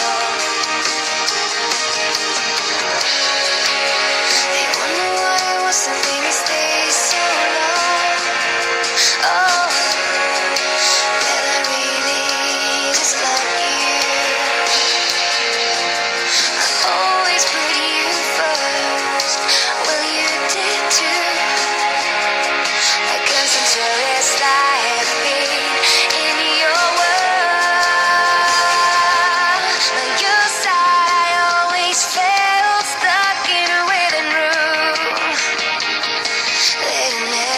catch the train to Loverland.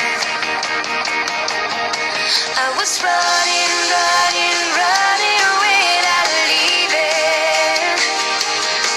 A constant tourist, I have been in your world. By your side, I always felt stuck in a waiting room. Did never catch the train to Loverland. I was running, running, running without leaving. A constant tourist, I have been in your world. A constant tourist, I have been. We also play Katja Epstein's German cover of Heartbreaker called Fluschwiege, copyrighted, I can't play it. Love Sick by Rick Santers. Love Leads to Madness by Dan McCafferty. And a lot of songs have this kind of message, right? Unrequited love. It's not actual love. It's this. All this unrequited love, the pain of unrequited love. It's really bringing up the past, how you felt. Okay, coming up. Let's see. 36. What's 37? Hold a second. Okay, in the next video, let's see. Oh, we got a couple of quotes from Henry Hart. Oh my God. Yeah. Okay. He's a character. He has this massive notebook. I'm just nicknaming it Hart's Notes or something, kind of like Cole's Notes. So in '71, I think, he published his lifelong notes on articles from the psychoanalytic tradition. So he just a short little brief comment, or most of it is just like a paraphrase of the title of the article. Or so you got to read like 50 of them, and it might be one little note. And I've already plucked out maybe like 200 or 300 of the best little notes about a couple of months ago. So that was a real surprise to find that book. There was only one copy floating around. It got digitized. Never knew it existed. Henry Hart's Compendium of Psychoanalytic Index, Psychoanalytic Index by Henry Hart.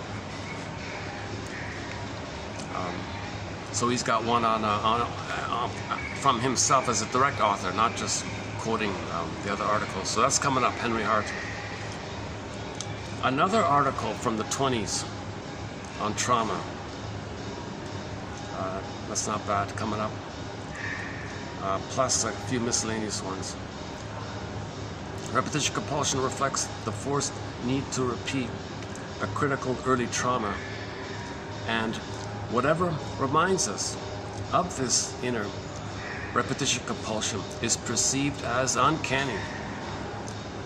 Okay, so if you're repeating something in the present, you say to yourself, this is uncanny. I'm familiar with this. I don't know what it is. I'm not conscious of it, but I recognize that uncannily. It's uncanny. So this unconscious recognition they call uncanniness. So doing the same thing over and over again, constant tour. This is uncanny. Why is this so familiar?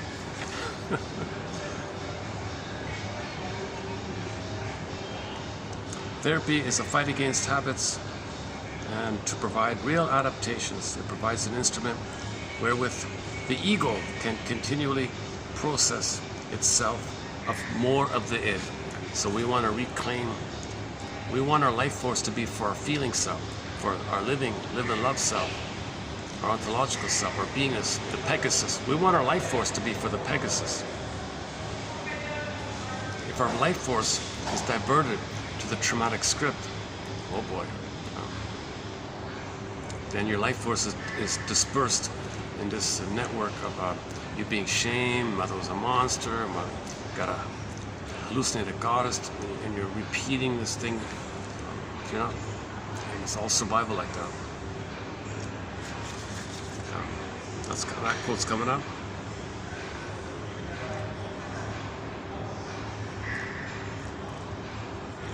Can't we recognize ourselves? Can't we recognize in ourselves circumstances in which we keep on doing the same dysfunctional thing despite irrefutable evidence? It's getting us into trouble. Back to Carl Sagan's one. Conscious persuasion is not enough. You got to identify the psychic masochism. You got to identify how, as a baby, we libidinalized the pain. You gotta get to that level. Shall I compare thee to an onion? You gotta layer it down like that. Your cognitive appeal, it's not gonna work, right? Just like saying to a passive-aggressive person, what you're doing is not logical. You gotta layer it down a bit. Somehow you gotta make them aware that,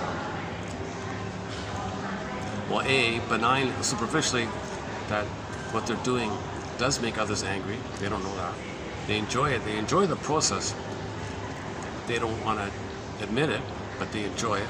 Did you see that you enjoy it? They secretly enjoy it. They won't admit it.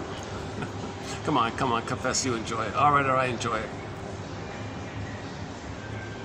But that's their problem, not mine.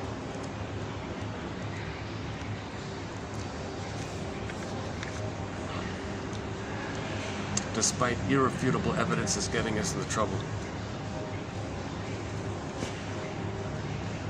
So repetition compulsion, it's neurotic, it's defensive, it gets us into trouble. But we do it because we don't remember. That's the driving thing of it all.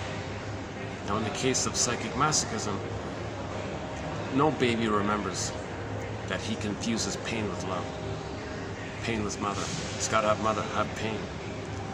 So to protect that setup, he does pseudo-activities, which are dysfunctional, but it recycles around where he feels the familiar psychic masochism. And that's what's driving it, the fixation at the rejection level. And this whole system is called the rigmarole. Yesterday's quote by Berger, he calls it the rigmarole.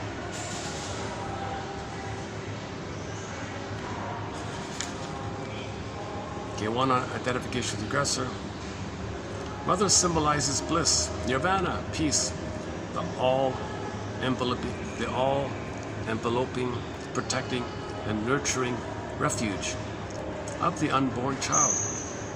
So when we say all this bliss and nirvana and Garden of Eden, they were talking about the blissful oneness, that the baby feels one with the mother in the uterus and for the first 4 to 5 months.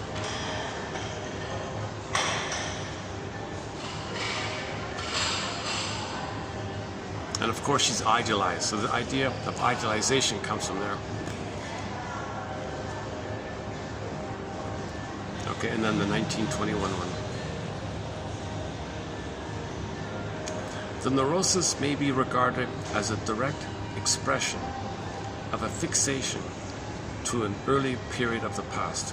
So neurosis, okay, again with the layering, shall I compare thee to an onion? When you layer it down, your neurotic behavior is an expression of the fixation at the rejection level when mother rejected you and you made it pleasurable.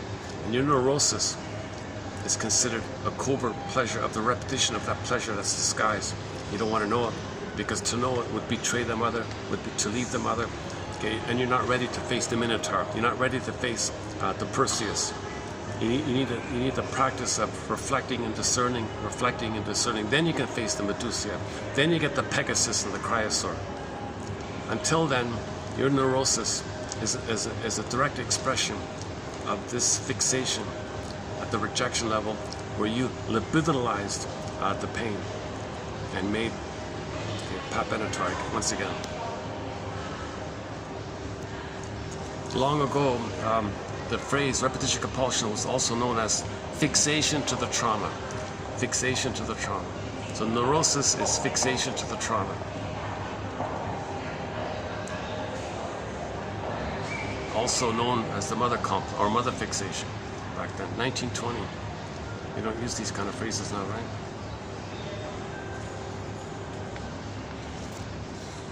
What are we doing here? Jesus. Oh, something's right there. Okay.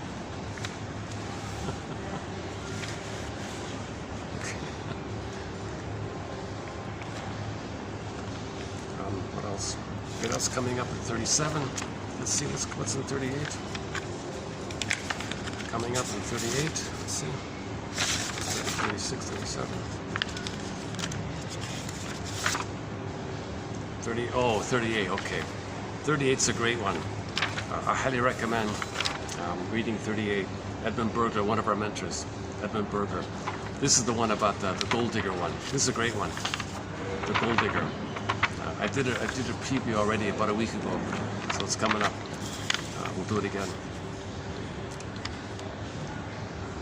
This is our one and only. This is our first like full proper. This is our first quote on the gold digger. Can you believe it? After almost 5 years, we never talked about the gold digger. So I feel a little relief to finally. That's 38, right? And then what's 39? Let's see.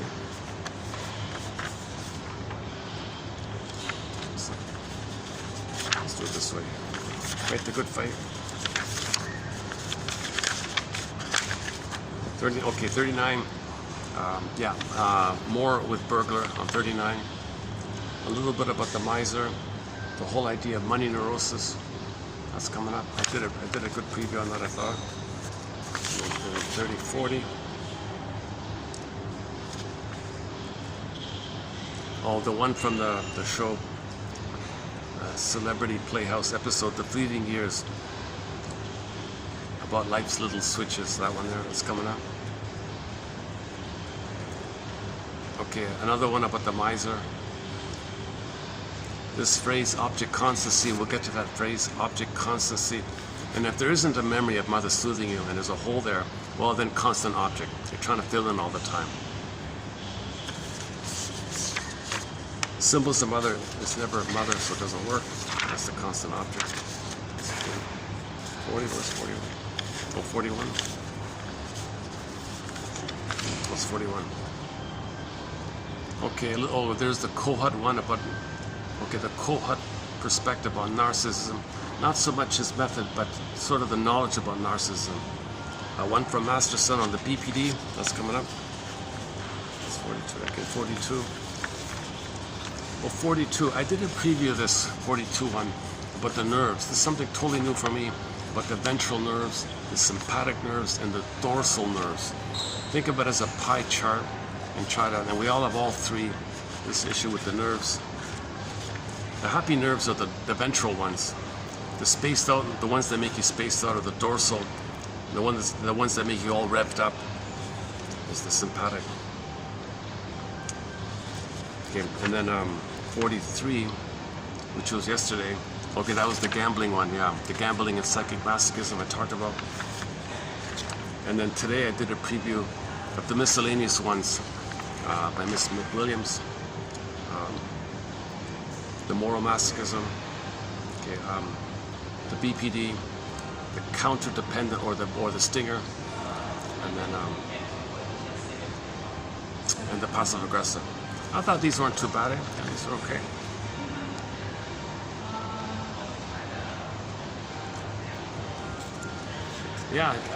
Yeah, she was this author that I previewed today. She was the president of one of the psychology institutes or something. Which means she's probably controlled it. Controlled opposition or something. She can't say too much or something. But she did say, she caught me by surprise in her little section about the psychopath. We don't have any quotes on that topic. Kind of out of my zone. I'm not a forensic psychiatrist. I don't understand that. But she did have one comment about that a lot of them can be very charming. A lot of them can be very smooth and soft and all that, right? And these are the ones who are at the top of the plunder system, and they're glorified, and they're psychopaths, and they're statues for these birds, or admiration for them. You said that? Oh my God, you're gonna get in trouble, young lady.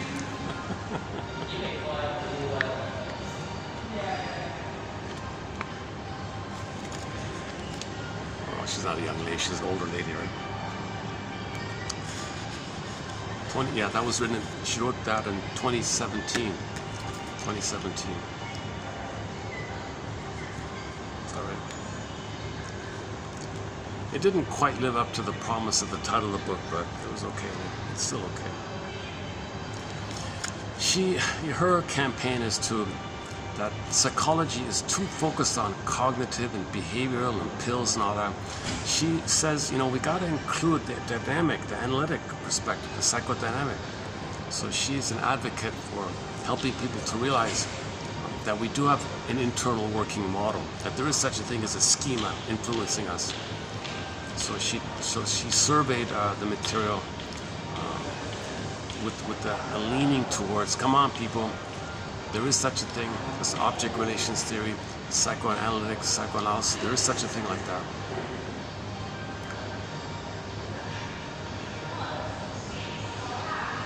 She quotes Masterson, so she's a little bit honest, I think.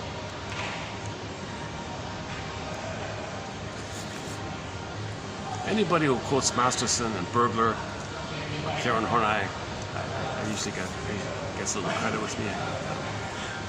Oh, my disclaimer once again, I'm not a shrink. I'm not a shrink, I'm not a professor. I'm not a midwife, doula, nutritionist, gynecologist, cultural anthropologist, forensic psychiatrist. I don't even BA, never studied psychology. Played Joni Mitchell's song, This Flight Tonight. I won't do it now, but if I had the funds, I'd be on this flight tonight and look for somebody like Masterson and do an analysis. Like what that woman did in the film, The Three Faces of Eve, and she became Jane. Jane was the both and mind. And the previous psychic splitting, eat white, eat black, either or, all or nothing. You don't heal with either or. You don't heal with jungleism attitudes. That's what Baba Yaga says. You're not going to heal with jungleism slogans. Your mother's not a monster or a goddess or demon, either or like that. She's a human being who's impaired. Everyone loves, everyone cries for love. It's confused like that. Can you see the both end of the situation? Everybody's a human being. We're all members of the same Earth family, human family. But we're traumatized to one degree, one form or another. So we're homotraumicus. We're homotraumicus. We're all the same homotraumica species. We were Homo sapiens sapien for 200,000 years, but about 10,000 years ago, we morphed ourselves or traumatized ourselves into our current state called Homo traumicus. Homo dysfunctionalicus, Homo neuroticus, Homo psychoticus, or Homo economicus, Homo anxieticus. Well, Burglar would say Homo psychic masoch, Homo psychic masochisticus, masochism, Homo psychic masochismicus. Somebody was kind of attentively listening to me for a minute there. I was like, I hope I'm not triggering that.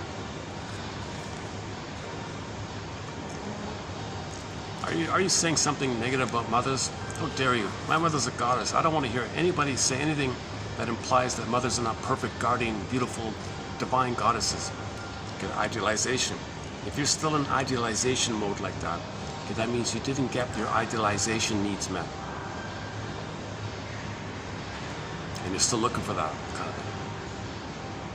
So that's dysfunction. That's tied to the mother. You're still frozen, waiting like that.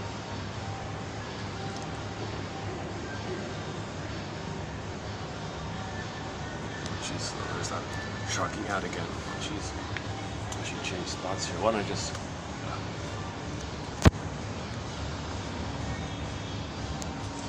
Let me change, if I can change my spot here.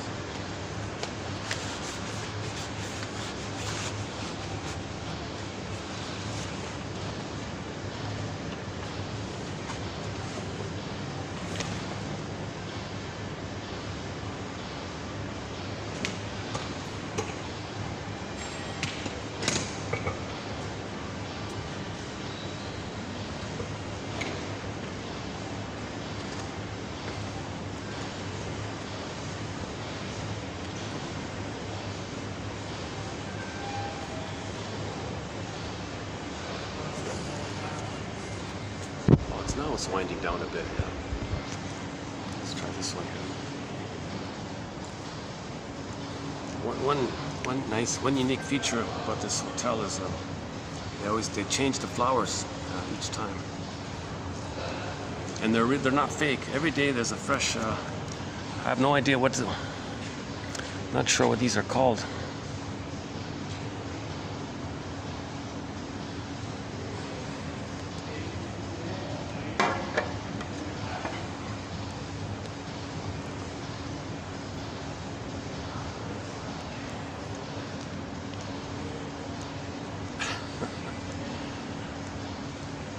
Reminds me of the quote about yesterday's quote. Yeah, that one with burglar. Those burglar quotes are excellent on that flight here. Is that better? Oh, okay. Hey, what about that? I'm staring at the front desk. Okay. Let's just try this then.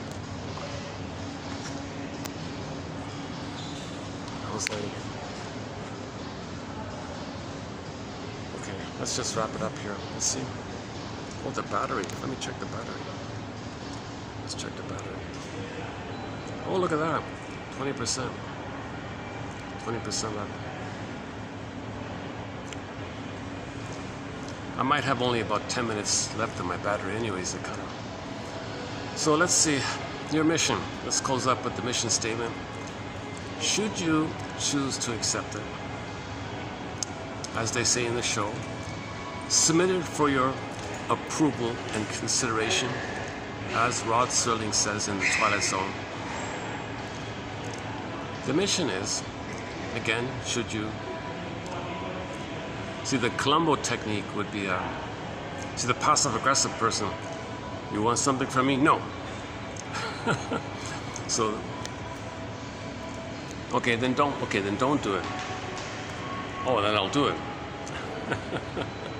So that's the reverse psychology idea, right? With the passive-aggressive people. They won't do what anybody wants, so to get them to do something, tell them not to do it. So if a passive-aggressive person is listening, if I were to imagine that a passive-aggressive person might be watching this video, if I were to have that fantasy, my fantasy reply would be,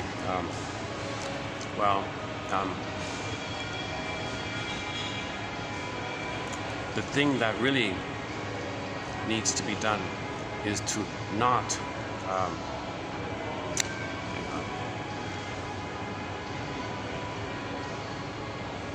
there still might be some kind of sense that I'm saying that they should, right?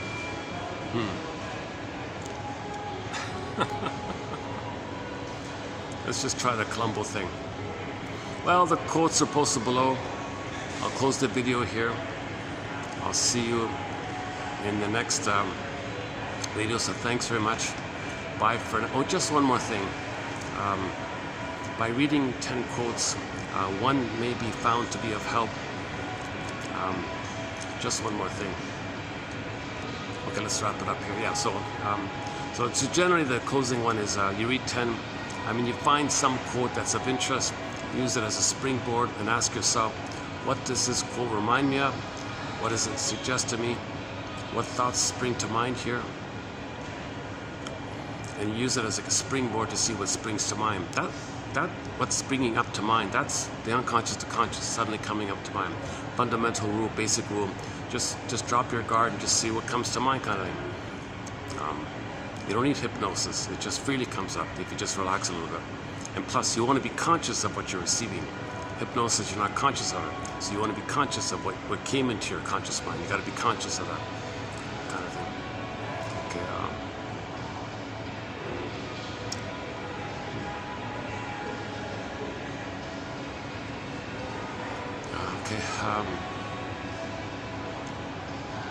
A little distracted at the moment here. Okay, your mission. Yeah. So if a feeling comes.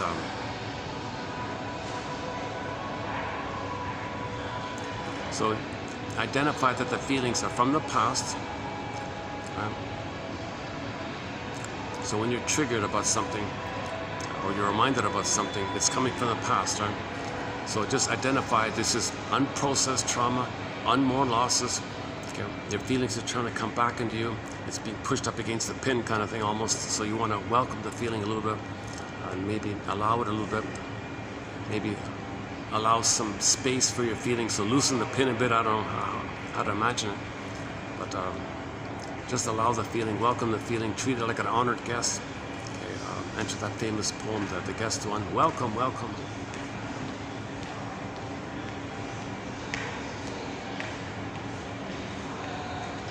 Such a wide spectrum of characters there. You got some immaculately dressed people with really gone extremely careful and very perfect in their delivery, and then another one would be just a total slob in their slippers and their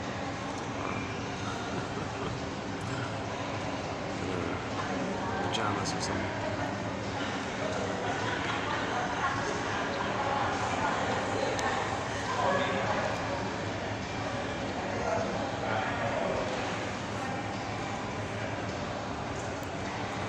If I can still see that annoying ad like this.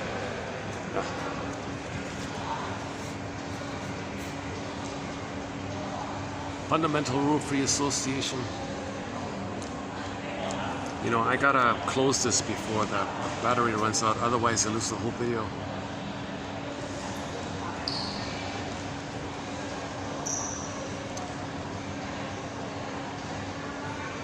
Okay, now if free associating on a quote, just 10 minutes a day, Robert Bly says, if it does give you like a little eureka moment, a little curious kind of thing, and you free associate a little bit, it may possibly, okay, because you're getting that knowledge, when you sleep at night, it triggers something in the past related to a feeling around that knowledge. So your unconscious dream world self will create some kind of scenario, piece together some kind of scenario. Remember, there's no time in the unconscious, so it can pull in images from all over the place and create a little scene to help bring up the feeling. My personal example was that with the quotes on passive aggressiveness, I read all those quotes about 100, was it about 100? Yeah, maybe roughly 100 quotes, I forgot exactly. I remember talking about reading those 100 quotes over a week or so. And then, and sure enough, because that content was triggering somehow. So I had a dream of somebody I knew like in my 20s. And what are they doing? I totally forgot that person. But suddenly they were there and I was interacting with them. And while I'm in the dream, I'm now feeling the anger I felt that I didn't feel it before. So the truth is coming up kind of thing in your dreams. So and then I felt this anger, but I had the knowledge about them being passive aggressive. And I remember thinking to myself in the dream, while I'm dreaming, like I'm kind of like talking to myself while I'm in the dream, oh, this person's passive aggressive, I get it now. Oh my God, wow, this person's passive aggressive. I see it now more clearly, and I'm feeling it now, and I'm struggling a little bit like that, and then you wake up. But it brings stuff up, so that's the benefit of it. In the daytime, you free associate, and then at nighttime, when you wake up, you get a letter. Your unconscious self is sending you a letter. On the envelope, it says to you, hey you, it's like this in your soul today. So you know, look at your notes that you made, of what you remember, and wake up and you say to yourself, it's like this in my soul today. So it's being revealed to you, material about you, your life, your trauma that you don't remember. What are your conflicts? What are your patterns? What are you trying to face? What are you trying to feel? Some truth is coming up to you. You can even know your defensive needs, because sometimes if your defensive needs weren't met in life, you might have like a fantasy wish fulfillment, and that's because you met it in your dream. You didn't get it during the day, so you dreamed some scenario. That's now you know your defensive needs, right? So it's telling you a lot. Dreams are really telling you a lot. They're letters from the soul. They're soul letters. If your soul sends you a letter, don't you want to read it? Says John. Says a lot of people. A lot of people ask that question. How are we doing it? What time is it again? Let's see. 7:41.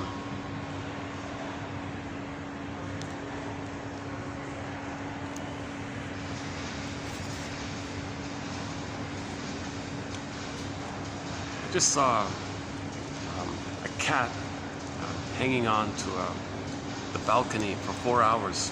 There was some kind of accidental fire took place in somebody's apartment, but it was way up there, like I don't know what story it was, and maybe it was an accident or something.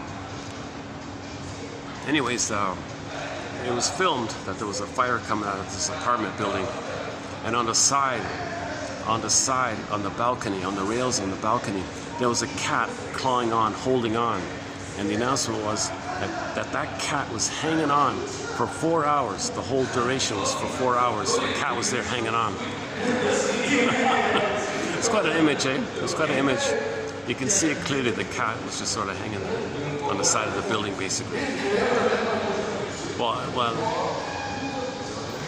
like around the balcony, there was something the cat could hold on. He was just hanging there with his claws, with his front paws, and he was hanging there, like, but he's holding on like that with his front paws. That's quite an image.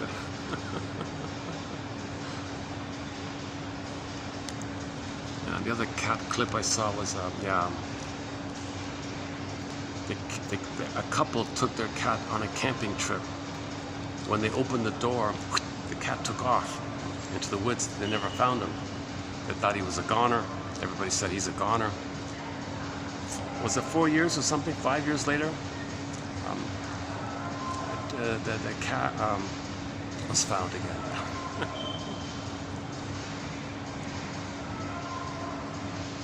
Turned out they said the cat went to another city, and someone managed to come back to the city, but was exhausted, and some other person found him. He had those chips in it. They found the owner.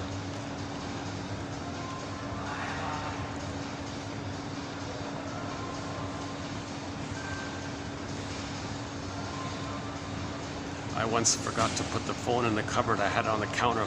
My cat just likes to swipe things, and this phone I'm holding flew across the room, landed and crashed on the floor.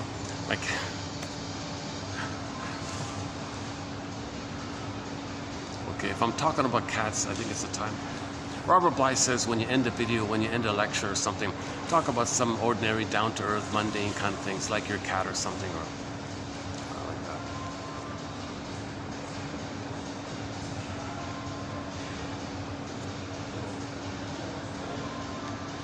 I feel like I'm missing something. I feel like there's something else I wanted to get through. Okay, the opening experiment was to see if I can link up Masterson's axiom: self-activation triggers abandonment depression, which leads to defense. Okay, and then Burglar's theory about psychic masochism being the major crime, so you confess to the lesser crime, that little model of his. And then borrowing the image of the howling man in the Twilight Zone, of the doppelganger idea.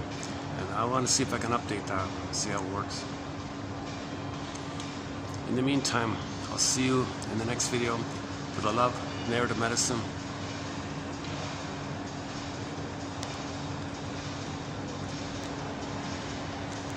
You're so, the lyric from the Triumph song was, "You're so afraid of being honest with yourself. You'd better take a look inside your mind." Look up Triumph, US festival, 100,000 people. Watch the whole concert. It's a great concert. There's a 1 hour set, I think. They concluded with that song, "Fight the Good Fight." But he's emphasizing the real meaning of that phrase is to be honest with yourself. That fighting the good fight is being a truth seeker about self-knowledge, honest knowledge, being honest with yourself. He means being honest with yourself is fighting the good fight. On that note, I'll see you in the next video. For the love of cats, I'll see you in the next video.